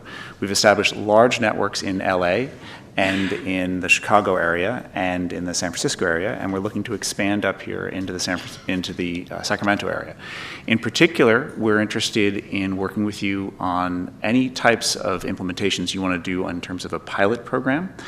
We understand that the city's program with EVgo looks like it's going to be a great success, and we're very enthusiastic about what you've done there. We have would strongly encourage the council to consider bringing in multiple vendors in order to try out the process with different models and allow us to provide things like data and free charging to the public. In particular, I'll mention that we are also able to support car sharing and greater access to charging, because our charging would be street side and would be not tied to people living with charging available at home. You connected with our staff? I have. We've had a few conversations already, and we're looking forward to having more, and Good. we're enthusiastic about the work they're doing. So Good. thank you very much. Thank you very much for coming to the council and for working with us. Okay, Next, Tim Taylor. Mayor Steinberg, members of the council, I'm Tim Taylor. I'm here tonight with 2 hats, the Sacramento Air District and the Sacramento Clean Cities Coalition. Those of you that are on my board are wondering why Larry Green or Alberto Ayala is not here. They're both away, and so I drew that short straw, and I'm the vice president of the Sacramento Clean Cities Coalition. The mission of the Air District is clean air for all, and you can't get any cleaner than zero emission, obviously. We need to achieve, our directive is to achieve federal and state air quality standards, and zero emission vehicles are the most effective way of accomplishing that.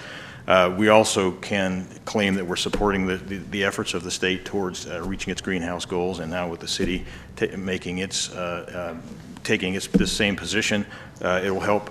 The Air District can help move us in that direction as well. Obviously, if you have better air quality, you have a city where people like to live, where people like to raise their families, where people like to open businesses, and all of that leads to an economic benefit associated with this as well. The Air District has run a number of programs. Jennifer mentioned one of them, the Clean Air for, our community car share at 4 disadvantaged community locations. We also have the the electric school bus effort that we put together with Twin Rivers, Sac City, and Elk Grove school districts. We have a number of other upcoming grant opportunities that we're working with the Air Resources Board on, as I'm going to run out of time for Clean Cities, the mission of that group is to reduce fossil petroleum in the transportation sector, and this is obviously a wonderful way of accomplishing that. The one thing I wanted to say as a conclusion is that the Air District is going to be bringing to those of you that are on the board a board item to enter into a contract with the California Energy Commission, which will bring about a $250,000 opportunity to work with a contractor to do some regional planning for electric vehicle, for zero emission vehicle introduction. And we're very anxious to work collaboratively, as we have been all along, with the city and the county and SACOG and SMUD and the other entities that are part of the coalition. Thanks, Mr. Taylor. Thank you all very much. Appreciate it. Hey, Judy.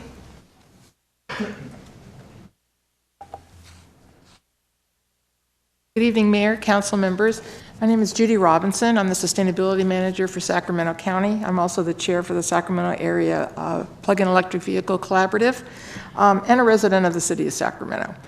The City of Sacramento is one of our members and partners of the PEV Collaborative, along with the County, Sacramento Air Quality District, SMUD, SACOG, Valley Vision, Clean Cities, and the Sacramento EV Owners Association, and we're very glad to see them here this evening as well.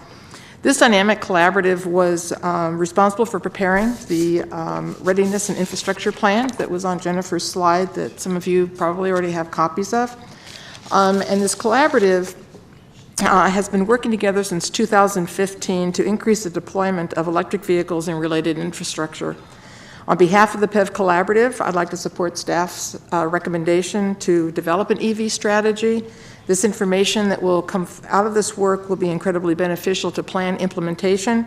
It will also help to inform the efforts of others in the region working to provide charging infrastructure and reliability to further support EV adoption. It's very exciting to see all the activity and interest that's occurring in and around zero-emission vehicles, and we really appreciate the leadership shown by the city and the action that you've taken in this regard. Further, we look forward to continued collaboration with the city as with our other partners who are making significant contributions to the regional success of electric vehicles. So thank you, and having heard Ryan's presentation tonight, and I know working through Jennifer, we do make the PEV Collaborative available to integrate the mobility technology strategy that's going to be going forward this coming year. These two are very, very tightly related. I appreciate the comments that I heard today. You're all very knowledgeable and on point of a lot of the policy issues that are going to have to be addressed, and we need to be working together on it. So thank you. Thank you. Thank you. Okay, Stephen? Stephen Doctor.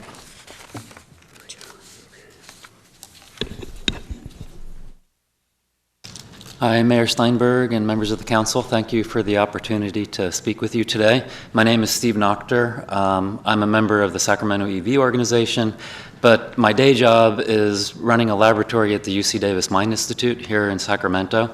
I run a lab that investigates factors that impact prenatal development of the brain. And one factor that's been identified is pollution.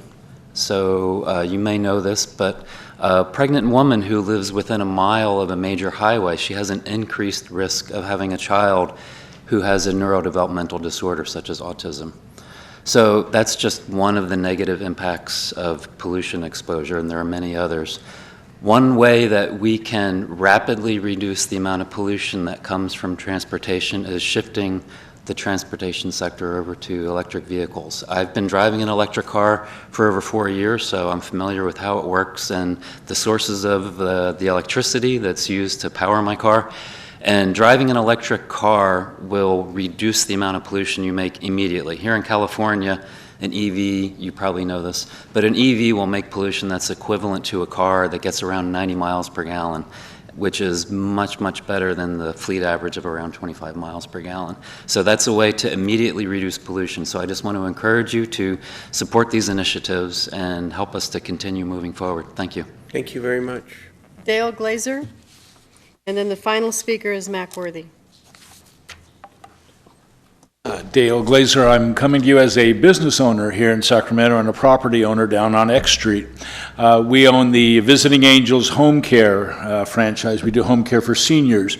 So how the electric vehicles play into our daily life, our second most popular reason to not show up for your job for our low-income workers is transportation issues. They can't get to work, their car's broken, they can't access public transportation.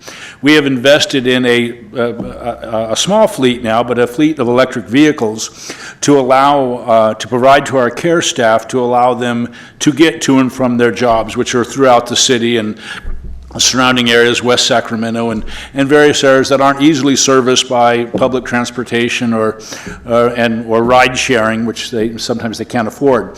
So the use of electric vehicles is significant in that they're much cheaper to maintain. They don't break down like internal combustion engines do. They're much more reliable. We've incorporated charging stations into our office to allow our staff to charge the cars at our expense, so they don't have any fuel expense as well. It's been a tremendous asset to us because, again, it eliminates that reason that the valid reason why you can't get to work. Also, we wanted to encourage the use of the charging stations that we're putting out at Southside Park that was mentioned earlier.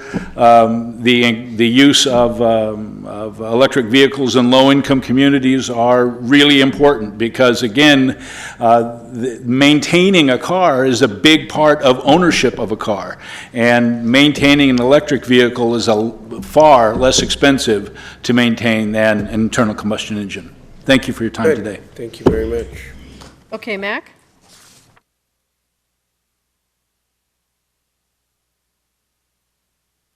Yeah, we hear a lot, but we didn't hear the price of the car, and we didn't hear how many miles it get per charge. Also, we didn't hear anything about AC current. Now, I was in electronics, City College, Ohm's Law. We pushing this because the city owns SMUD. That's why you're pushing this. You're pushing a deal that I saw the kerosene lamps as a kid. The milk dairy came in and we had electrical. Then I was taught to run the milk dairy. When the thunderstorm come up and the power go off, hook up the vacuum to the truck and run 1 hour milk and still get the job done. You ain't showed nothing as a backup here. You ain't showed nothing as a backup, people. Now, AC current is very close to Yellow Loomis Dam. That's what the only way I know is AC current is created. What does AC current? This is DC here. AC current jitters back and forth and bills you sell it.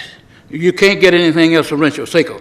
Now, we want to know if a car hit that station and the discharge, what gonna do the circuit breakage? Where is the circuit breaker going to be hooked up for that charge? People, you're dealing with one of the most dangerous game there is, electrical.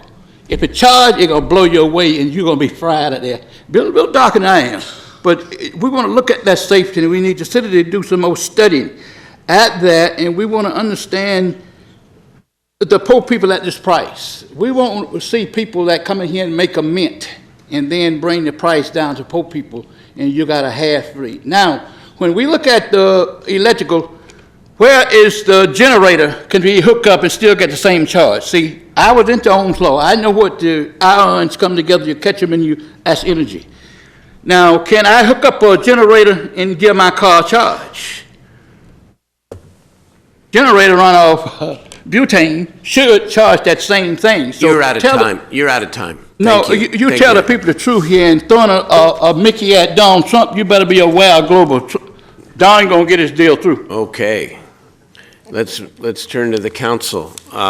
Councilman Hanson. Thank you, Mr. Mayor. We've made some very smart decisions around the city. The 3 Jennifers that have come to us in the last couple of years, Jennifer Venema, Jennifer Gress, and Jennifer Donlin Wyatt, have really been part of the tremendous strategy we've had. And I have to say, sustainability, being at the forefront of this, what the city does, is a huge opportunity for leadership, and certainly our staff have helped us as council lead the way. On EVs, we were really early in doing things, and I think that this will help keep us evolving along with some of the things going on. I think at the moment, though, we're not quite with the leadership of the rest of the cities around the country that have moved ahead, so this should put us back there. The biggest things, and Jennifer and crew know this because we had a meeting in my office earlier this year, and it's on my whiteboard of items I wanted to work on this year, was EV charging on street.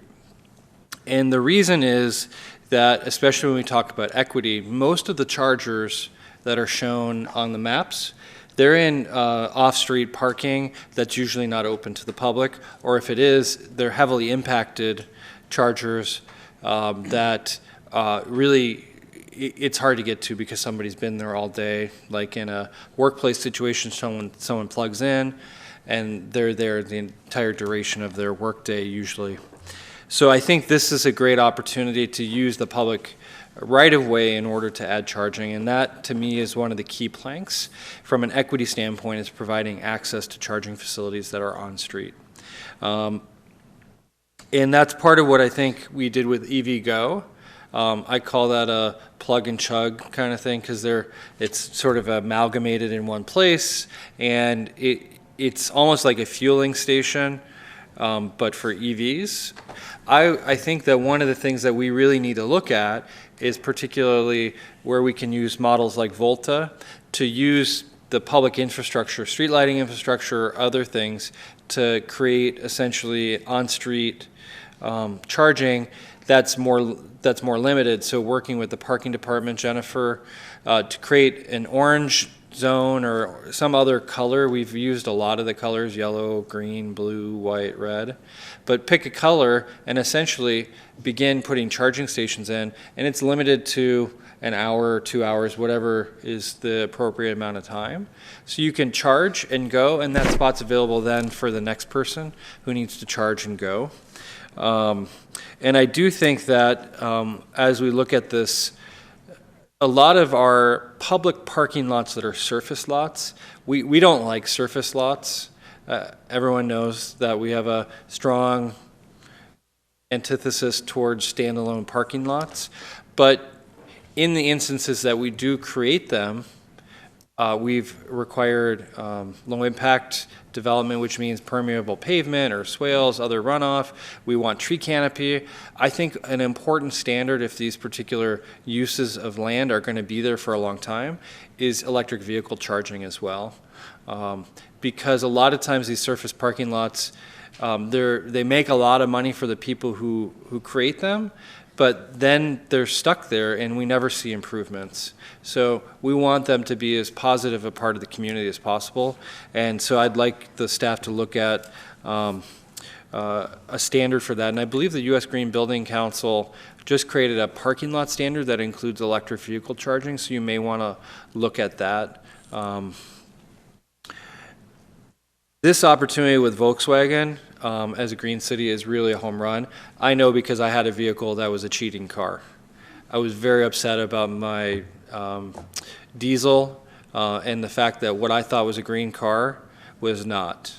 And so I love to see the penance being paid and that we as a city get to benefit from that. So as we work with them, particularly the again, back to the equity piece, we have a lot of multifamily complexes that are older buildings that don't have charging either. I'd like to see how we bring multifamily complexes charging capabilities. And maybe that's the street in front. We have a charger that's accessible to the public if it's a public resource. But if we, through our partners, whether it's the CEC, ARB, the Air District, can bring to some of these communities charging in the apartment parking lots where it makes sense. That seems to be a key strategy because those of us who may have single family homes and have the ability to purchase an EV, we may have the ability, well, especially because SMUD will give you a free charger or give you a different rate. I think it's a different situation for single family, but multifamily units, we really need to figure out how to penetrate into that market. I would also just, one of the partners that didn't get mentioned who's doing some of this work around the state is the Local Government Commission. And I know the list in the resolution wasn't exclusive, but I think that they're doing a lot of work and could be helpful to us as we create the strategy. And the Air District and others already work a lot with them. So maybe in closing, let's do this. Let's move as quickly and thoughtfully as possible. With our garages, we let people park for free if they had an EV up to a certain amount, and those programs have been very successful. So whatever we can do to reduce barriers to creating infrastructure and adoption, I think we should do. And as you roll out this strategy, I know we have the demonstration partnership or innovative pilot program within Public Works. Let's use some of that authority to try these things. You shouldn't have to come to us for permission to try things that are interesting, especially if we're going to scale them up later. But we want to give, whether it's Volta or EVgo, we want to open up the field so people can demonstrate their ideas and let the public and the rest of us decide whether that's really the place to go. And I guess as a plug-in electric hybrid owner myself, I know Mr. Harris is a full EV guy. This is a great opportunity to continue to demonstrate what we believe in. And so I'm really proud of you. I'd like to move the resolution with just one caveat. It's that we work with Volta to pilot a couple locations where we can put out those on-street charging stations. And if you have any problem with that, maybe it has to come back. But I really think we should embrace these kind of opportunities when they come. So, Very good. Thank you. Councilman Guerra. Thank you very much, Mayor Steinberg. I wanted to, first of all, thank all the Jennifers for all their great work they've done for the city. I think this is a very critical step forward, and mainly to pull back a little bit and to make sure we're focusing on what, why we're achieving these efforts. Not so much the technology and the change in the vehicle, but it's the much needed air quality improvements to many areas that are impacted by particulate matter and mobile sources.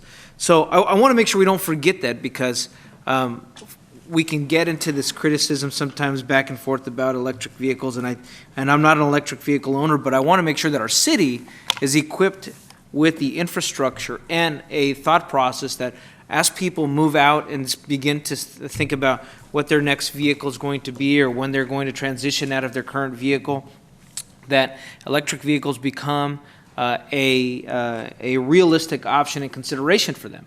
And my mother-in-law recently changed out her hybrid and was going to look at a plug-in electric vehicle, but because of the lack of planning in her local government, in her region, in that area, she decided not to move in that direction. And I think that as we look at this goal, it's like, how are we? I don't think we can expect that everyone's going to jump out and all of a sudden buy a new car, whether it's an electric vehicle or other zero-emission vehicle. But if we plan correctly, then we could think about that phase-in.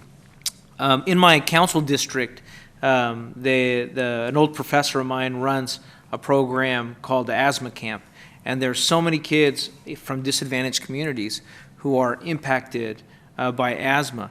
And if you look at the overlay of also where communities of low income, communities of color, disadvantaged communities, whatever you want to call them, they're also impacted by these particulate matters.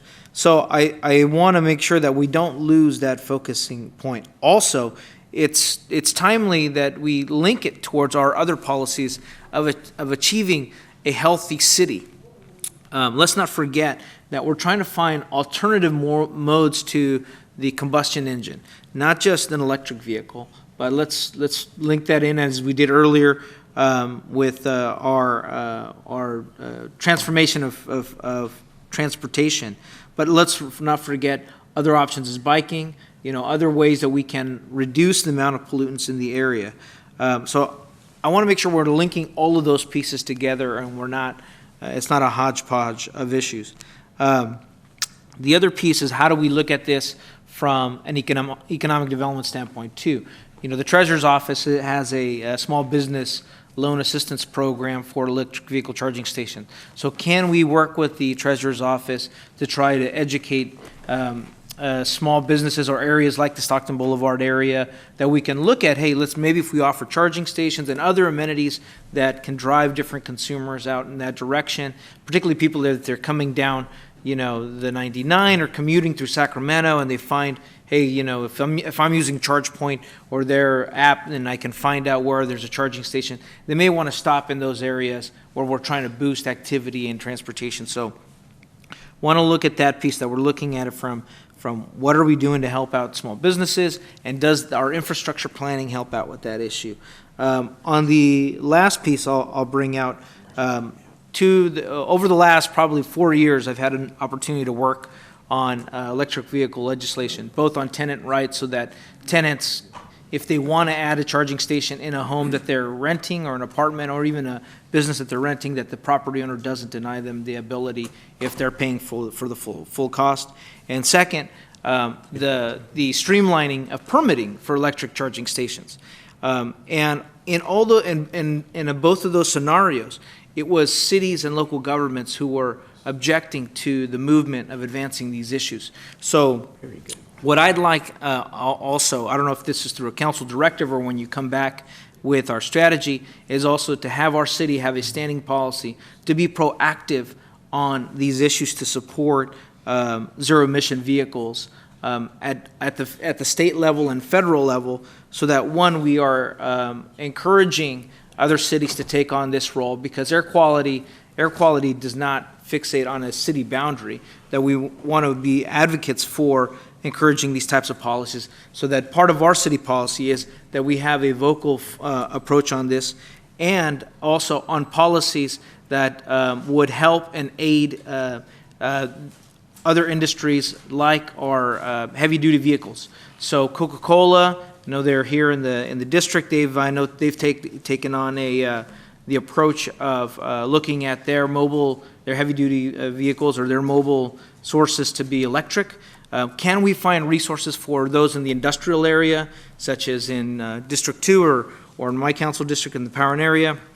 Can we advocate at the state level to get resources for our partners there? I know the Air Quality Management District does a lot of that. That's good, but I want to make sure that our city's taking a vocal and proactive approach as part of this policy. So as we come back to put together a plan and whatnot, I want to make sure we're looking at that piece as well, and not forget that the communities that get affected tend to be those that have the least resources, they have lacking tree canopy, and so on. Lastly, I want to thank the Air Quality Management District who's out here today, and all their staff and the county staff for their efforts also with the Mutual Housing Project, and let's knock on wood and hope that CARB moves along with their process to ensure that a community out on Lemon Hill can have access to ride sharing in a multifamily housing unit. Thank you very much, Mr. Mayor, and I'll second the motion. Good deal. Moved and seconded. Thank you, Councilmember. Councilmember Carr? Thank you, Mr. Mayor. We've been looking at EVs for over 2 decades. SMUD sponsored the first EVs in Sacramento 2 decades ago. And I think it would behoove us to pay some attention to why EVs fail. Who killed the initial EVs? From where I was sitting, there were 2 things that really did it in. The first one was range. Even though people drive less than 75 miles in any one time, people want to drive, have the ability to drive much farther than that. And because the EVs didn't give them the range, that was a big issue. The second one was charging time. We're put in at our station in the park, L2 level chargers. And those will take, what does it say, 25 miles for a 1-hour charge? What are we planning for the curbside? What level charges are we planning?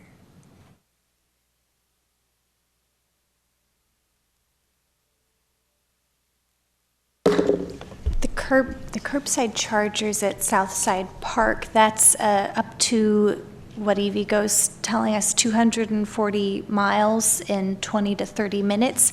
They don't like talking about it in range per minute because of the ramp-up time, but I think I'm not very good at math. Level 2 chargers will give you... oh, I'm sorry, I was speaking about the EVgo high-power chargers in Southside Park. Level 2s, that's more like a 4-hour to get a full charge. So the ones we put in Southside Park are level 4 chargers? They're high power, yeah. And the ones we're planning for the street, for curbside, are exactly high-powered as well? Great. What's the difference in cost between those 2 anyway, Jennifer? You know? Fairly significant. When we've looked at developing our own on-street fast charging level 3 50 kilowatt, that could be close to $1 million to get in the infrastructure that's needed and the new electrical service. For a level 2 charger, you could get the equipment itself fairly cheap, less than $1,000. And if you have adequate capacity, it's limited if you don't need to bring in the conduit. One of the other things we found out is that EVs will not deploy evenly across the city. EVs will deploy in certain areas first, initially anyway, and much later on in those areas that are mainly low income. The best chance for the low income areas is some type of ride sharing, car sharing program that will allow residents to come in and use the car when they need it and take off. They won't buy the EVs initially. It'll be people in East Sac, people in the pocket maybe, who will be the first users of the EV. The other thing is that when you are looking at partnerships in both public and private, places that people already go, like shopping centers, grocery stores, movie theaters, are more likely to have people sit there for an hour charge than, say, dropping off something at the flower shop. So in my opinion, we need to really focus on places where people go a lot, where they can charge up a lot, as opposed to, not as opposed to, but in addition to the curbside parking, where people can go to the grocery store, spend an hour, and they could get fully charged. And I think it's also important, because of this range issue, that it's not a Sacramento problem. If we need a series of charging stations from Sacramento to Lake Tahoe to San Francisco down to LA, so people can get the range they need, but they're not just, it's not going to be convenient for people to just stop and charge for a long time. It has to be located with something that they would stop in anyway, like a restaurant or something on the way where they could spend some time to get recharged. So I think if we just keep in mind what caused the EV to fail initially, the range and the charging time, and people just aren't willing to sit there for half an hour to charge if they don't have anything else to do. So if you put it out in the middle of nowhere, they just aren't going to do it. My opinion, anyway. Okay, thank you. You had experience, as a former member of the SMUD board, dealing with this issue at an earlier stage. It's important. Jeff Harris, Councilman Harris. Thank you, Mayor. Councilmember Hanson mentioned earlier that I drive an electric vehicle, and I have for 4 years. So I've been through a couple of iterations of vehicles, and I'd actually, Larry, like to address your concerns about range. You know, range anxiety is what people use to talk themselves out of buying an electric vehicle, or better yet, leasing an electric vehicle. I want to tell you a little bit about the reality of using an electric car. First off, they're a lot cheaper than internal combustion cars, not only to run, but to either purchase or as one gentleman said, the maintenance is just almost nil. I've always maintained my own cars. I haven't changed oil in 4 years, and that makes me smile quite a bit. Electric vehicles handle very well. The current iterations are safe, and they're fun to drive because of the weight of the batteries and the low center of gravity. They hug the road. They're really tremendous vehicles, but in all regards, for fuel, for maintenance, ease of ownership, joy of driving, and lastly, but certainly very high up on the list, the air quality and health benefits associated with electric vehicles. These things are more than a triple win. They're actually cheaper. It's much cheaper to drive an electric car than an internal combustion car. As far as range goes, the range is increasing dramatically with every new model that's released. So the first electrical vehicle that I owned had an 85-mile range. The fact of the matter is, as Larry said, most people drive far less than 70 miles per day. If you actually look at your usage and how you use your vehicle, 95% of the days you're going to drive less than 45 miles, unless you're a heavy commuter. And if you do a long commute, your situation is different. But in an urban situation, especially in Sacramento, where SMUD produces energy quite cleanly, if you drive an electric car, your carbon footprint drops dramatically. And I'll tell you, it gives me great satisfaction when I pull away from a stop sign knowing that I'm not gassing a cyclist or a pedestrian as I drive away. There's just no repercussions to the pedestrians when I drive my electric vehicle, and I'm very pleased about that. There's been a lot of talk today about where and how to deploy chargers and reasons to do so. You know, the fact of the matter is, there is an equity issue here. If you do have a home and you can have a home charger, I can almost always get by a full day without having to charge outside away from my home. So that works well for me. And in fact, if you put a charger with a dedicated meter on your home, SMUD sells you the juice for half price.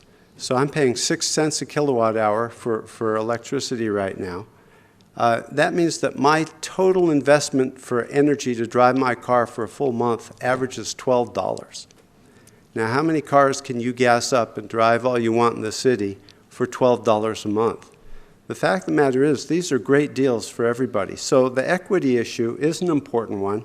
Having chargers available in multifamily dwellings is important, and having a plethora of charging stations around the city is definitely a plus. I wanted to mention that the market really reacts to what's happening. So more vehicles, more electric vehicles are on the road than there were a year ago. And as a result, new developments are reacting as well. For instance, in McKinley Village, all the houses are pre-wired for a car charger. That's reacting to the market. At a new development at Howe and Fair Oaks, the Rayleighs, they put in 2 fast chargers. And they did that because they know it will attract customers. And as Larry said, you know, it's a great location because people go in to shop, and in a half hour, they can charge their vehicles. But the reality is, most electric vehicle drivers do not charge out all that much. Your needs are generally met with the range of the current cars. The Chevy Bolt now has a range of 230 miles per charge. Well, that's very significant. That means that going out of town is now accessible for electric vehicle owners. The market is changing quickly in terms of what product is being produced, and the market itself will balance in terms of where chargers are located. So things are moving in a really positive direction. You know, Mr. Hanson made a motion saying that he wanted to consider Volta, and I'm fine with that. It's actually not a model that I favor because while they install chargers for free and give the electricity away for free, it's paid for by advertisement. So you'll have an electronic advertisement screen in your face on the streets. You know, that's not a model that I like, but I think it's worth a pilot program. So I would like to say to you, Jennifer, that as you look at the models for charging stations, consider everything. And there are going to be more providers coming on very quickly as the market changes. I think with the introduction of the Chevy Bolt, an awful lot more people are paying attention to electric vehicles, because once you get over a 200-mile range, it's much more enticing to an awful lot of consumers. Tesla's coming out with another vehicle. In fact, all of the manufacturers of EVs will be topping 200 miles range very, very quickly. So the marketplace is evolving, and it's happening month by month. So as you look at your strategy, you're going to have to be nimble as well to think about how the demographics are changing. And personally, I feel that we don't need chargers on every street corner, because when you get into that kind of range, people can manage the way that they do their mobility. And again, the fact of the matter is, most people drive less than 50 miles a day on the average day. So those are my comments. I'm very excited to see things changing in the electric vehicle field, and I appreciate all the comments that people brought to council tonight. Thank you for sitting through the meeting to share your experiences as well. I'm very excited about the way the future is shaping up. Thank you very much, Councilmember Harris. Thank you to all the council members. Just very, very brief addition to the already good comments. This is the future, and we either get in front of it or behind it, I suppose. I want to make sure that as we receive a $400 million investment from Volkswagen, and as we invest in these technologies that we do not forget we have a great opportunity to establish an economic and job creation center around alternative fuels in Sacramento. And that ought to be a co-equal goal to the expansion of charging stations and the expansion of our own infrastructure here. And that needs to be part of the strategy here. It's autonomous vehicles, EVs, alternative fuels. We've got a lot of room to grow our economy, and we are primed. And Volkswagen's a great example of it. Why are they choosing us? And I know that they want the money largely to be used for EV expansion and ride sharing. But we need to think creatively about creating a economic center and a job center here too around these new technologies. Thank you. All right, moved and seconded. All in favor, please say aye. Aye, opposed, abstain. It passes 9-0, and that's the end of the formal agenda.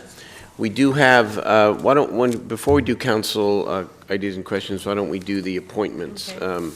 So the council comments are the last thing. Okay, we have one appointment. It's the Sacramento Youth Commission, Jennifer Sue, and it's for District 7. Thank you. Okay, we'll consider that. Very good. What's that? Jennifer number 4, you said. Jennifer number. I got one too. Jennifer number 4. Very good. Okay, we do have, we'll conclude with council ideas and questions. Councilman Carr. Thank you, Mr. Mayor. We had a DA Park Day scheduled for Cabrillo Park on Sunday, July the 23rd. We're going to postpone that. It's going to be over 100 degrees, and we had planned jump houses and climbing walls and things like that for the kids, and we will announce it at another time. Thank you. Thank you very much. Councilmember Ashby. Thank you, Mayor. So the fun stuff first, on this Friday, we will have a movie night in Natomas in the regional park. At sunset, it will be Finding Dory. Want to encourage folks to come out and join us for that one if they want to. Mayor, I know you want to come to a movie night. There's one more after this in August, so if you can make it this Friday, that's great, and if not, we'll make sure you come in August. And the rest of you are all welcome to come as well. And then we have yoga in the park in the morning, which has been great. For my colleagues, if you've thought about that, we experimented with it this year. It's my first time trying it. It's been a really great success. It sort of starts out with, like any other weight loss type of thing, starts out with a lot of people, and then it sort of settles into a consistent group that comes. But I would say about 45 people show up at 9 o'clock in the morning on Saturdays, no matter what the temperature is, and participate, and that's been worth it for us. So if you're thinking about it, happy to have somebody on my team talk to you about what we did to make it work, or what we're doing so far with our experimental process. One thing we do with it is we run the farmers market at the same time at the same park. So on Saturday morning from 8 till noon is the farmers market in Natomas. I think that combination works really well. So if you have a farmers market in your district somewhere and a park nearby, that you could run them simultaneously. There are people, I know some of you already have yoga in the park, and there are people that bounce from park to park. I think Councilman Hanson, Harris, and myself have them, and people go, and I think maybe Eric too, there might be one in Tahoe Park, yoga, but there are people that go to all of them, and they get, basically free yoga 4 times a week by hitting our 4 districts, which is fun. Okay, so a movie night on Friday at sunset in the regional park. I have 2 requests of the city manager and team. The first is really, I think I'm going to direct it to the city manager and to the city attorney. As many of my colleagues, and particularly council members Carr and Guerra, have been vocal, I too am extremely concerned about the community reports on the existing large numbers of illegal marijuana grows throughout the city of Sacramento, and those sites particularly in the residential areas. It's my understanding that they are in pretty much every part of our city, but primarily our communities, neighborhoods. The illegal grow houses are incompatible with existing residential uses and present a number of health and safety concerns. These concerns include electrical and building code dangers that you are all very familiar with. And as you know, in some instances, they have used so much SMUD energy that they have blown out transformers, which is having major impacts on our neighborhoods. Cultivation processes involve numerous hazardous wastes and solvents that pose a significant health and safety threat to nearby residents. It's unacceptable. Existence of large amounts of unregulated marijuana product has been an attraction for organized crime and criminal conduct, like armed robbery, burglary, theft, and violent retaliations. Also unacceptable to unbeknowing neighbors in these residential communities. These illegal grow locations have become a clear threat to public health and safety and appear to be multiplying throughout our city. I want to direct the city manager to work with the city attorney, police, fire, and code enforcement to develop a strategy, including changes to the city code led by the city attorney's office, and appropriate resources, allocation of appropriate resources, and return to the council within 30 days, bypassing law and legislation, and returning directly to this council with an urgent plan of action to address this issue. And I would also like you in that process to include the external partner of the Sacramento County District Attorney's Office. That's item 1 for me. The second item is on the equity issues. I have been working a bit with Assistant City Manager Arturo Sanchez to develop, to flesh out an idea that has been presented to the mayor and myself many times by the women's leadership group, both in the city and outside of the city, that are pushing the city to lead. And I would like us in this equity effort, as we address the barriers for career development on the arc of women in the workplace, to take a look at where the city might have some resources that could be used for on-site childcare. So what this would mean, City Manager, would be that you would pull together a task force, and I would ask that it include Arturo Sanchez, because he has done some legwork on this, and at least one of the women leads from the Women's Committee inside the city, probably Lainey or Maria would be good ones to select. Or there might be another, but someone from that team, and to do to identify, to survey our existing resources, building resources, and identify some sites that could potentially be used for on-site childcare.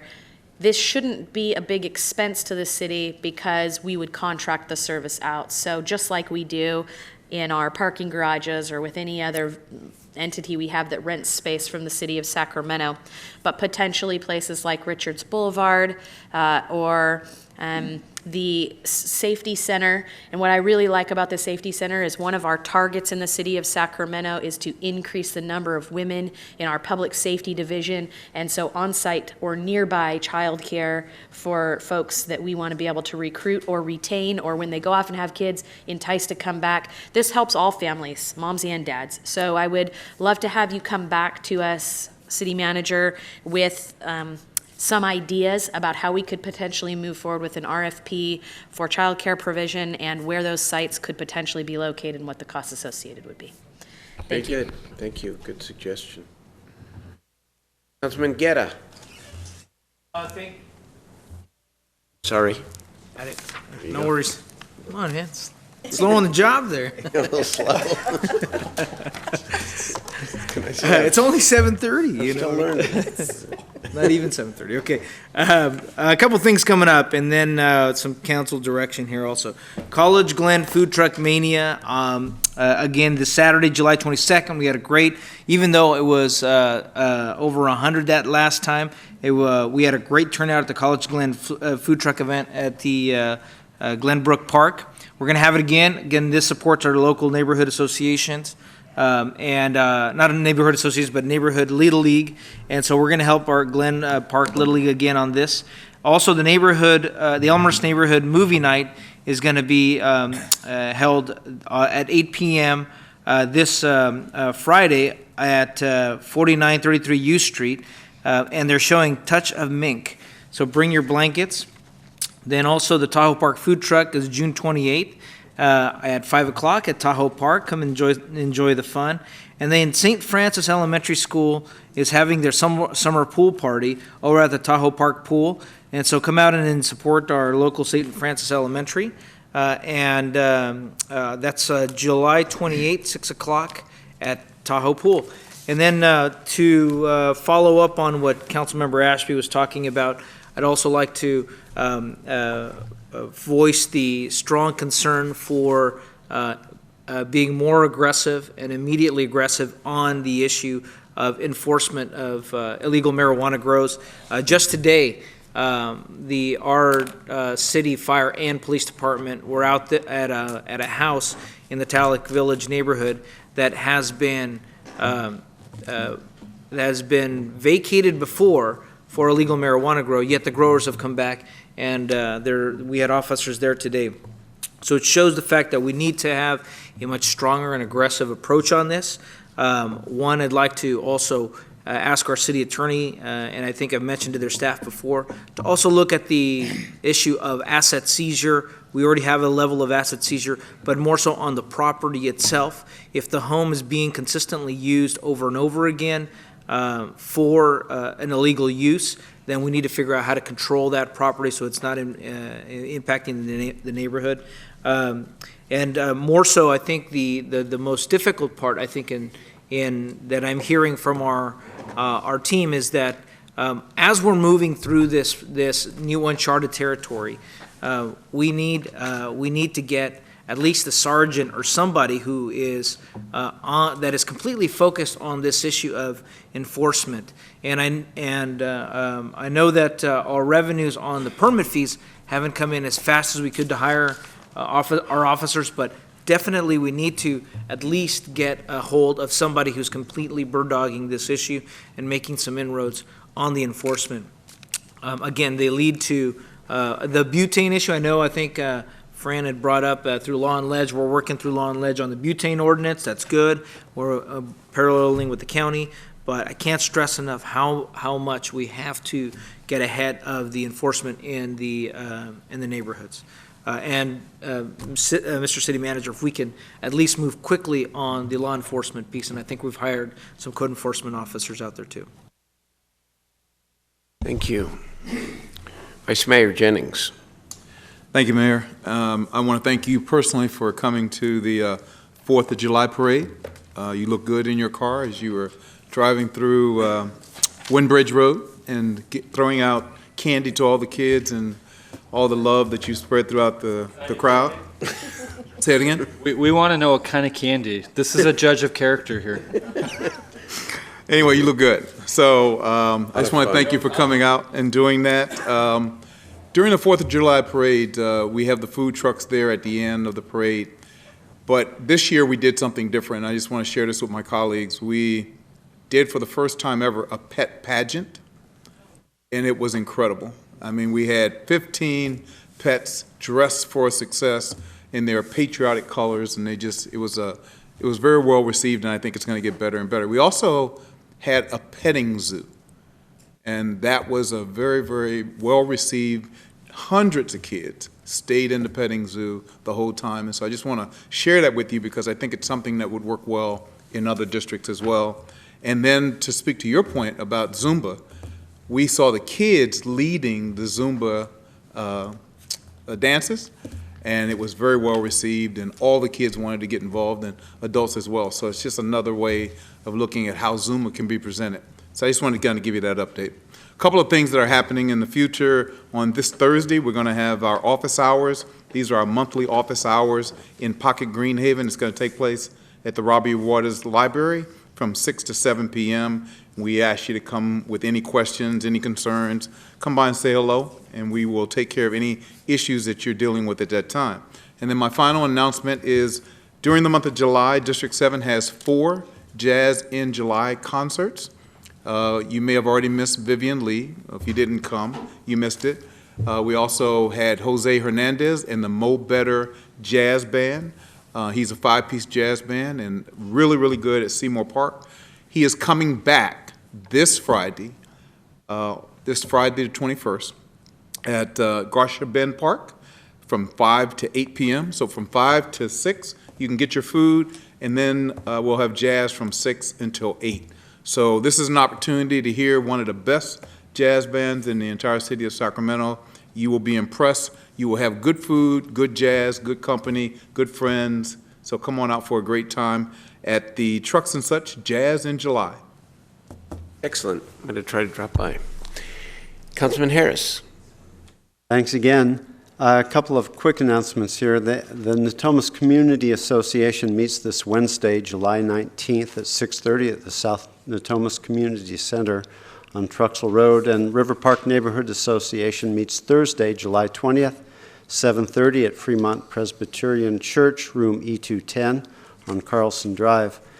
A couple of fun things are happening in District 3. Fire Station 8 is having an open house this Saturday, July 22nd from 2 to 4 p.m. That's at 5990 H Street. A Taste of East Sacramento, very big event in East Sac, is being held this Saturday, July 22nd from 6 to 9 at the Annunciation Greek Orthodox Church, a new and very beautiful building together at 616 Alhambra Boulevard. And I'm excited about this. We're going to do an extra movie in the park, in Gardenland Park. Never been done there before. It's one of my favorite parks. We'll be showing Lego Batman Saturday, July 29th, 8 p.m., Gardenland Park, 310 Bowman Avenue. And lastly, this is really kind of a big deal. The mayor will be joining me this Friday morning at about 10 for the groundbreaking of Fire Station 15 on West El Camino in South Natomas. This is going to be a great addition to the community. There's a lot of public safety benefits, and I'm very excited that this project's moving forward. Good. Can't wait for that one either. Thank you, Councilman. Councilmember Hanson. Thank you, Mr. Mayor. I just wanted to follow up. I think my colleagues are aware that I sent the city manager and city attorney a letter just before the break. There was a response to all of us, and I've requested, just for the public's sake, to the city manager's office that be made not confidential in order to share the response with the public about some of those concerns. And I believe the city manager's office is working on it, but I also wanted to let all of you know. Good. Very good. All right, everybody. Again, welcome back. I know we've got a busy agenda next week. Good start tonight. Nothing further. We're adjourned.